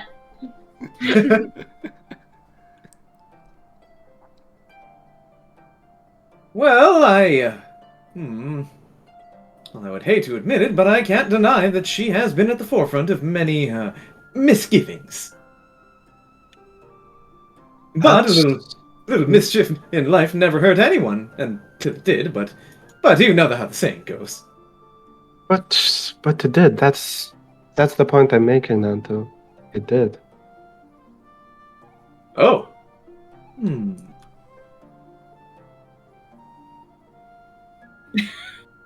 He just thinks. He's like, I'm not used to people getting upset from games. This is weird. That makes sense for Nanto, though. You can hear the dial-up happening. Sorry just about that. Play the dial-up noise in his head. That's what's going on right now. Yeah. Yeah. Just hearing the words "people did get hurt." What does that mean? If no one would mind like repeating the past like 2 minutes. It's not much of substance happened. It just Nanto mentioned, well, yeah, she does have some issue, but no one's been hurt. Brooke, well, they have. And Nanto is dial-upping. Yeah. It's not a discussion he was ready for. I mean, Brooke's not ready for this discussion, but... And this is what I bring to the table. You're welcome, Internet. I'm here for strife. Nanto doesn't like strife. But these are things you need to talk about! No! They were working perfectly fine until someone brought attention to them. We were working just fine until someone harped on it. Look. No, okay, just fine is an exaggeration. She causes problems. Y'all didn't listen. This is what happens. I said it. I said it before it happened. Carry on. But yeah, basically it's that Brooke's saying when there are problems, it's usually Ravenous at the forefront of them.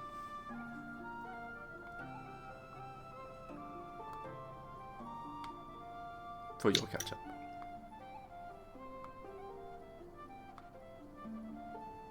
Wanna add anything?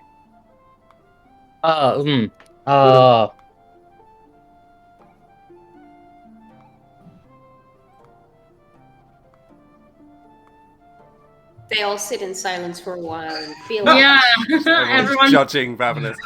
comprehending. So we let the feels seep in. Yeah. Is she worth all the problems that she causes? Probably not. Wow. Ooh. How does the wrestling match go?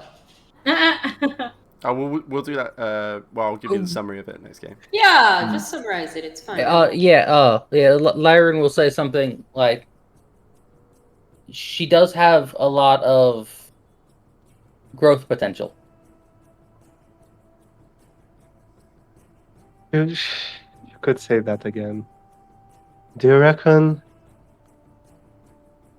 I don't know, Lyran. What's going on with this group? It's been 1 week and we're already splintering out.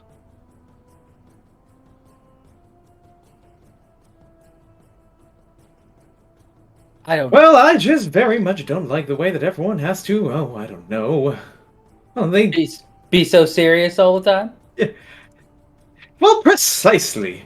Life is about so much more than, oh, I don't know, dealing with all of these real problems. Why don't we just go along, have a good time, and take the punches as they come? That just seems so much easier to me, you know? You see, Nanto, you're a stranger in this land. Everyone Yeah. treats you with curiosity.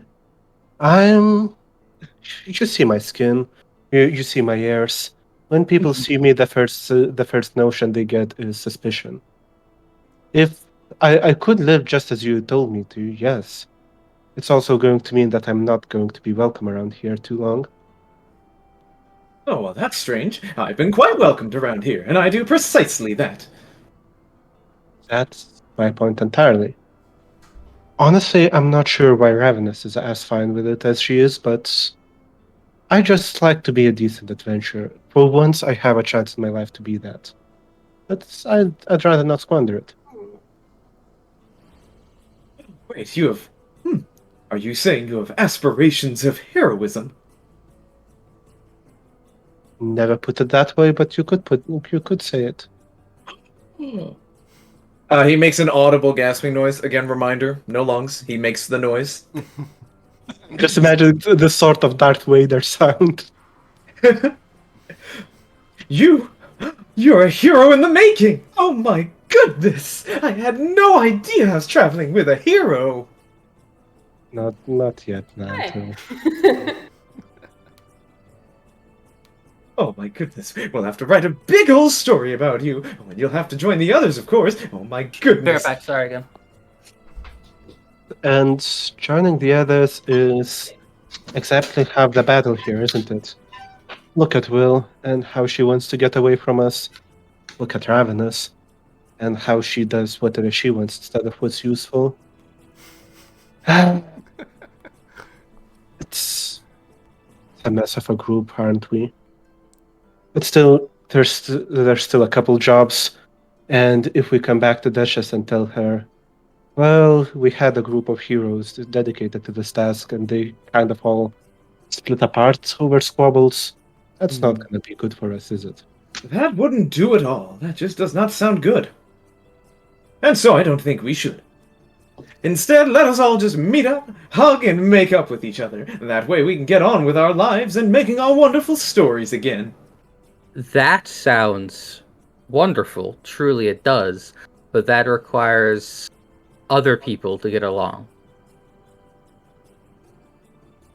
Well, I'll have you know I am wildly prepared to get along.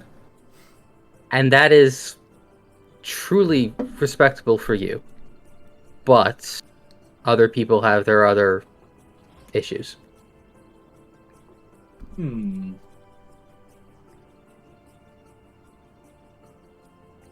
So how do we fix this? Come on, team, put our heads together. We need to think through this.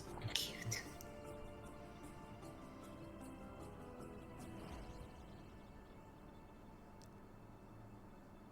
And they sit in a circle. I got nothing. Again. Yeah. Nanto tries to bring everyone in like a football huddle. So it's and while the rest of the patrons are enjoying it's like slightly higher class establishment. You can see there's a few noblemen laughing and enjoying drinks, and there's one or two carny folk here who seem to have done relatively well at the day. It's enjoying some drinks, but yeah, it's while all this revelry's going on around you, you will sit in silence for a moment, thinking, well, how do I fix this? How do I bring this group back together? How do I get through to these kids? I mean, Will did tell Lyroon, tell Ravenous we gotta talk. So she has a plan. Yeah, it's just whether it's a good one or not is a different question, but it exists. And so while these three sit in silence trying to think of how can I fix this, and Ravenous... Oh, sorry? No, while they think about how to fix things, I hid stuff. Yeah, so while they're thinking how to fix this, and Ravenous is perched atop the River Shining, waiting for the others to come back and make sure they're okay with her new ferret friend, and Will is wrestling with the Green Menace. And While we wrestle with our troubles, Will wrestles with people. Yeah, and Ravenous wrestles with morality and a ferret. Oh, and a ferret. Can't forget the ferret. Yeah, and we'll call it. I just use one hand. Yeah. So we'll wrap it up there. Thank you very much, everyone. Hope you enjoyed that. A bit more dramatic than usual. I did warn you guys. I did, Windra put a big disclaimer on the back of her armor. So it's probably the name of the episode is A Normal Day. A very normal day. I liked Just Desserts. Or Just Desserts. Well, that was good too. I was personally a plan of Tigers Be So My. But that was probably the previous episode more so than this one. So, in any event. Yeah, hopefully you all enjoyed it. And we'll pick back up next week with the results of the wrestling, a group getting back together. And yeah, we'll see what happens when you all come back to River Shining. Cool. Cheers, everyone. Bye. All right. See ya.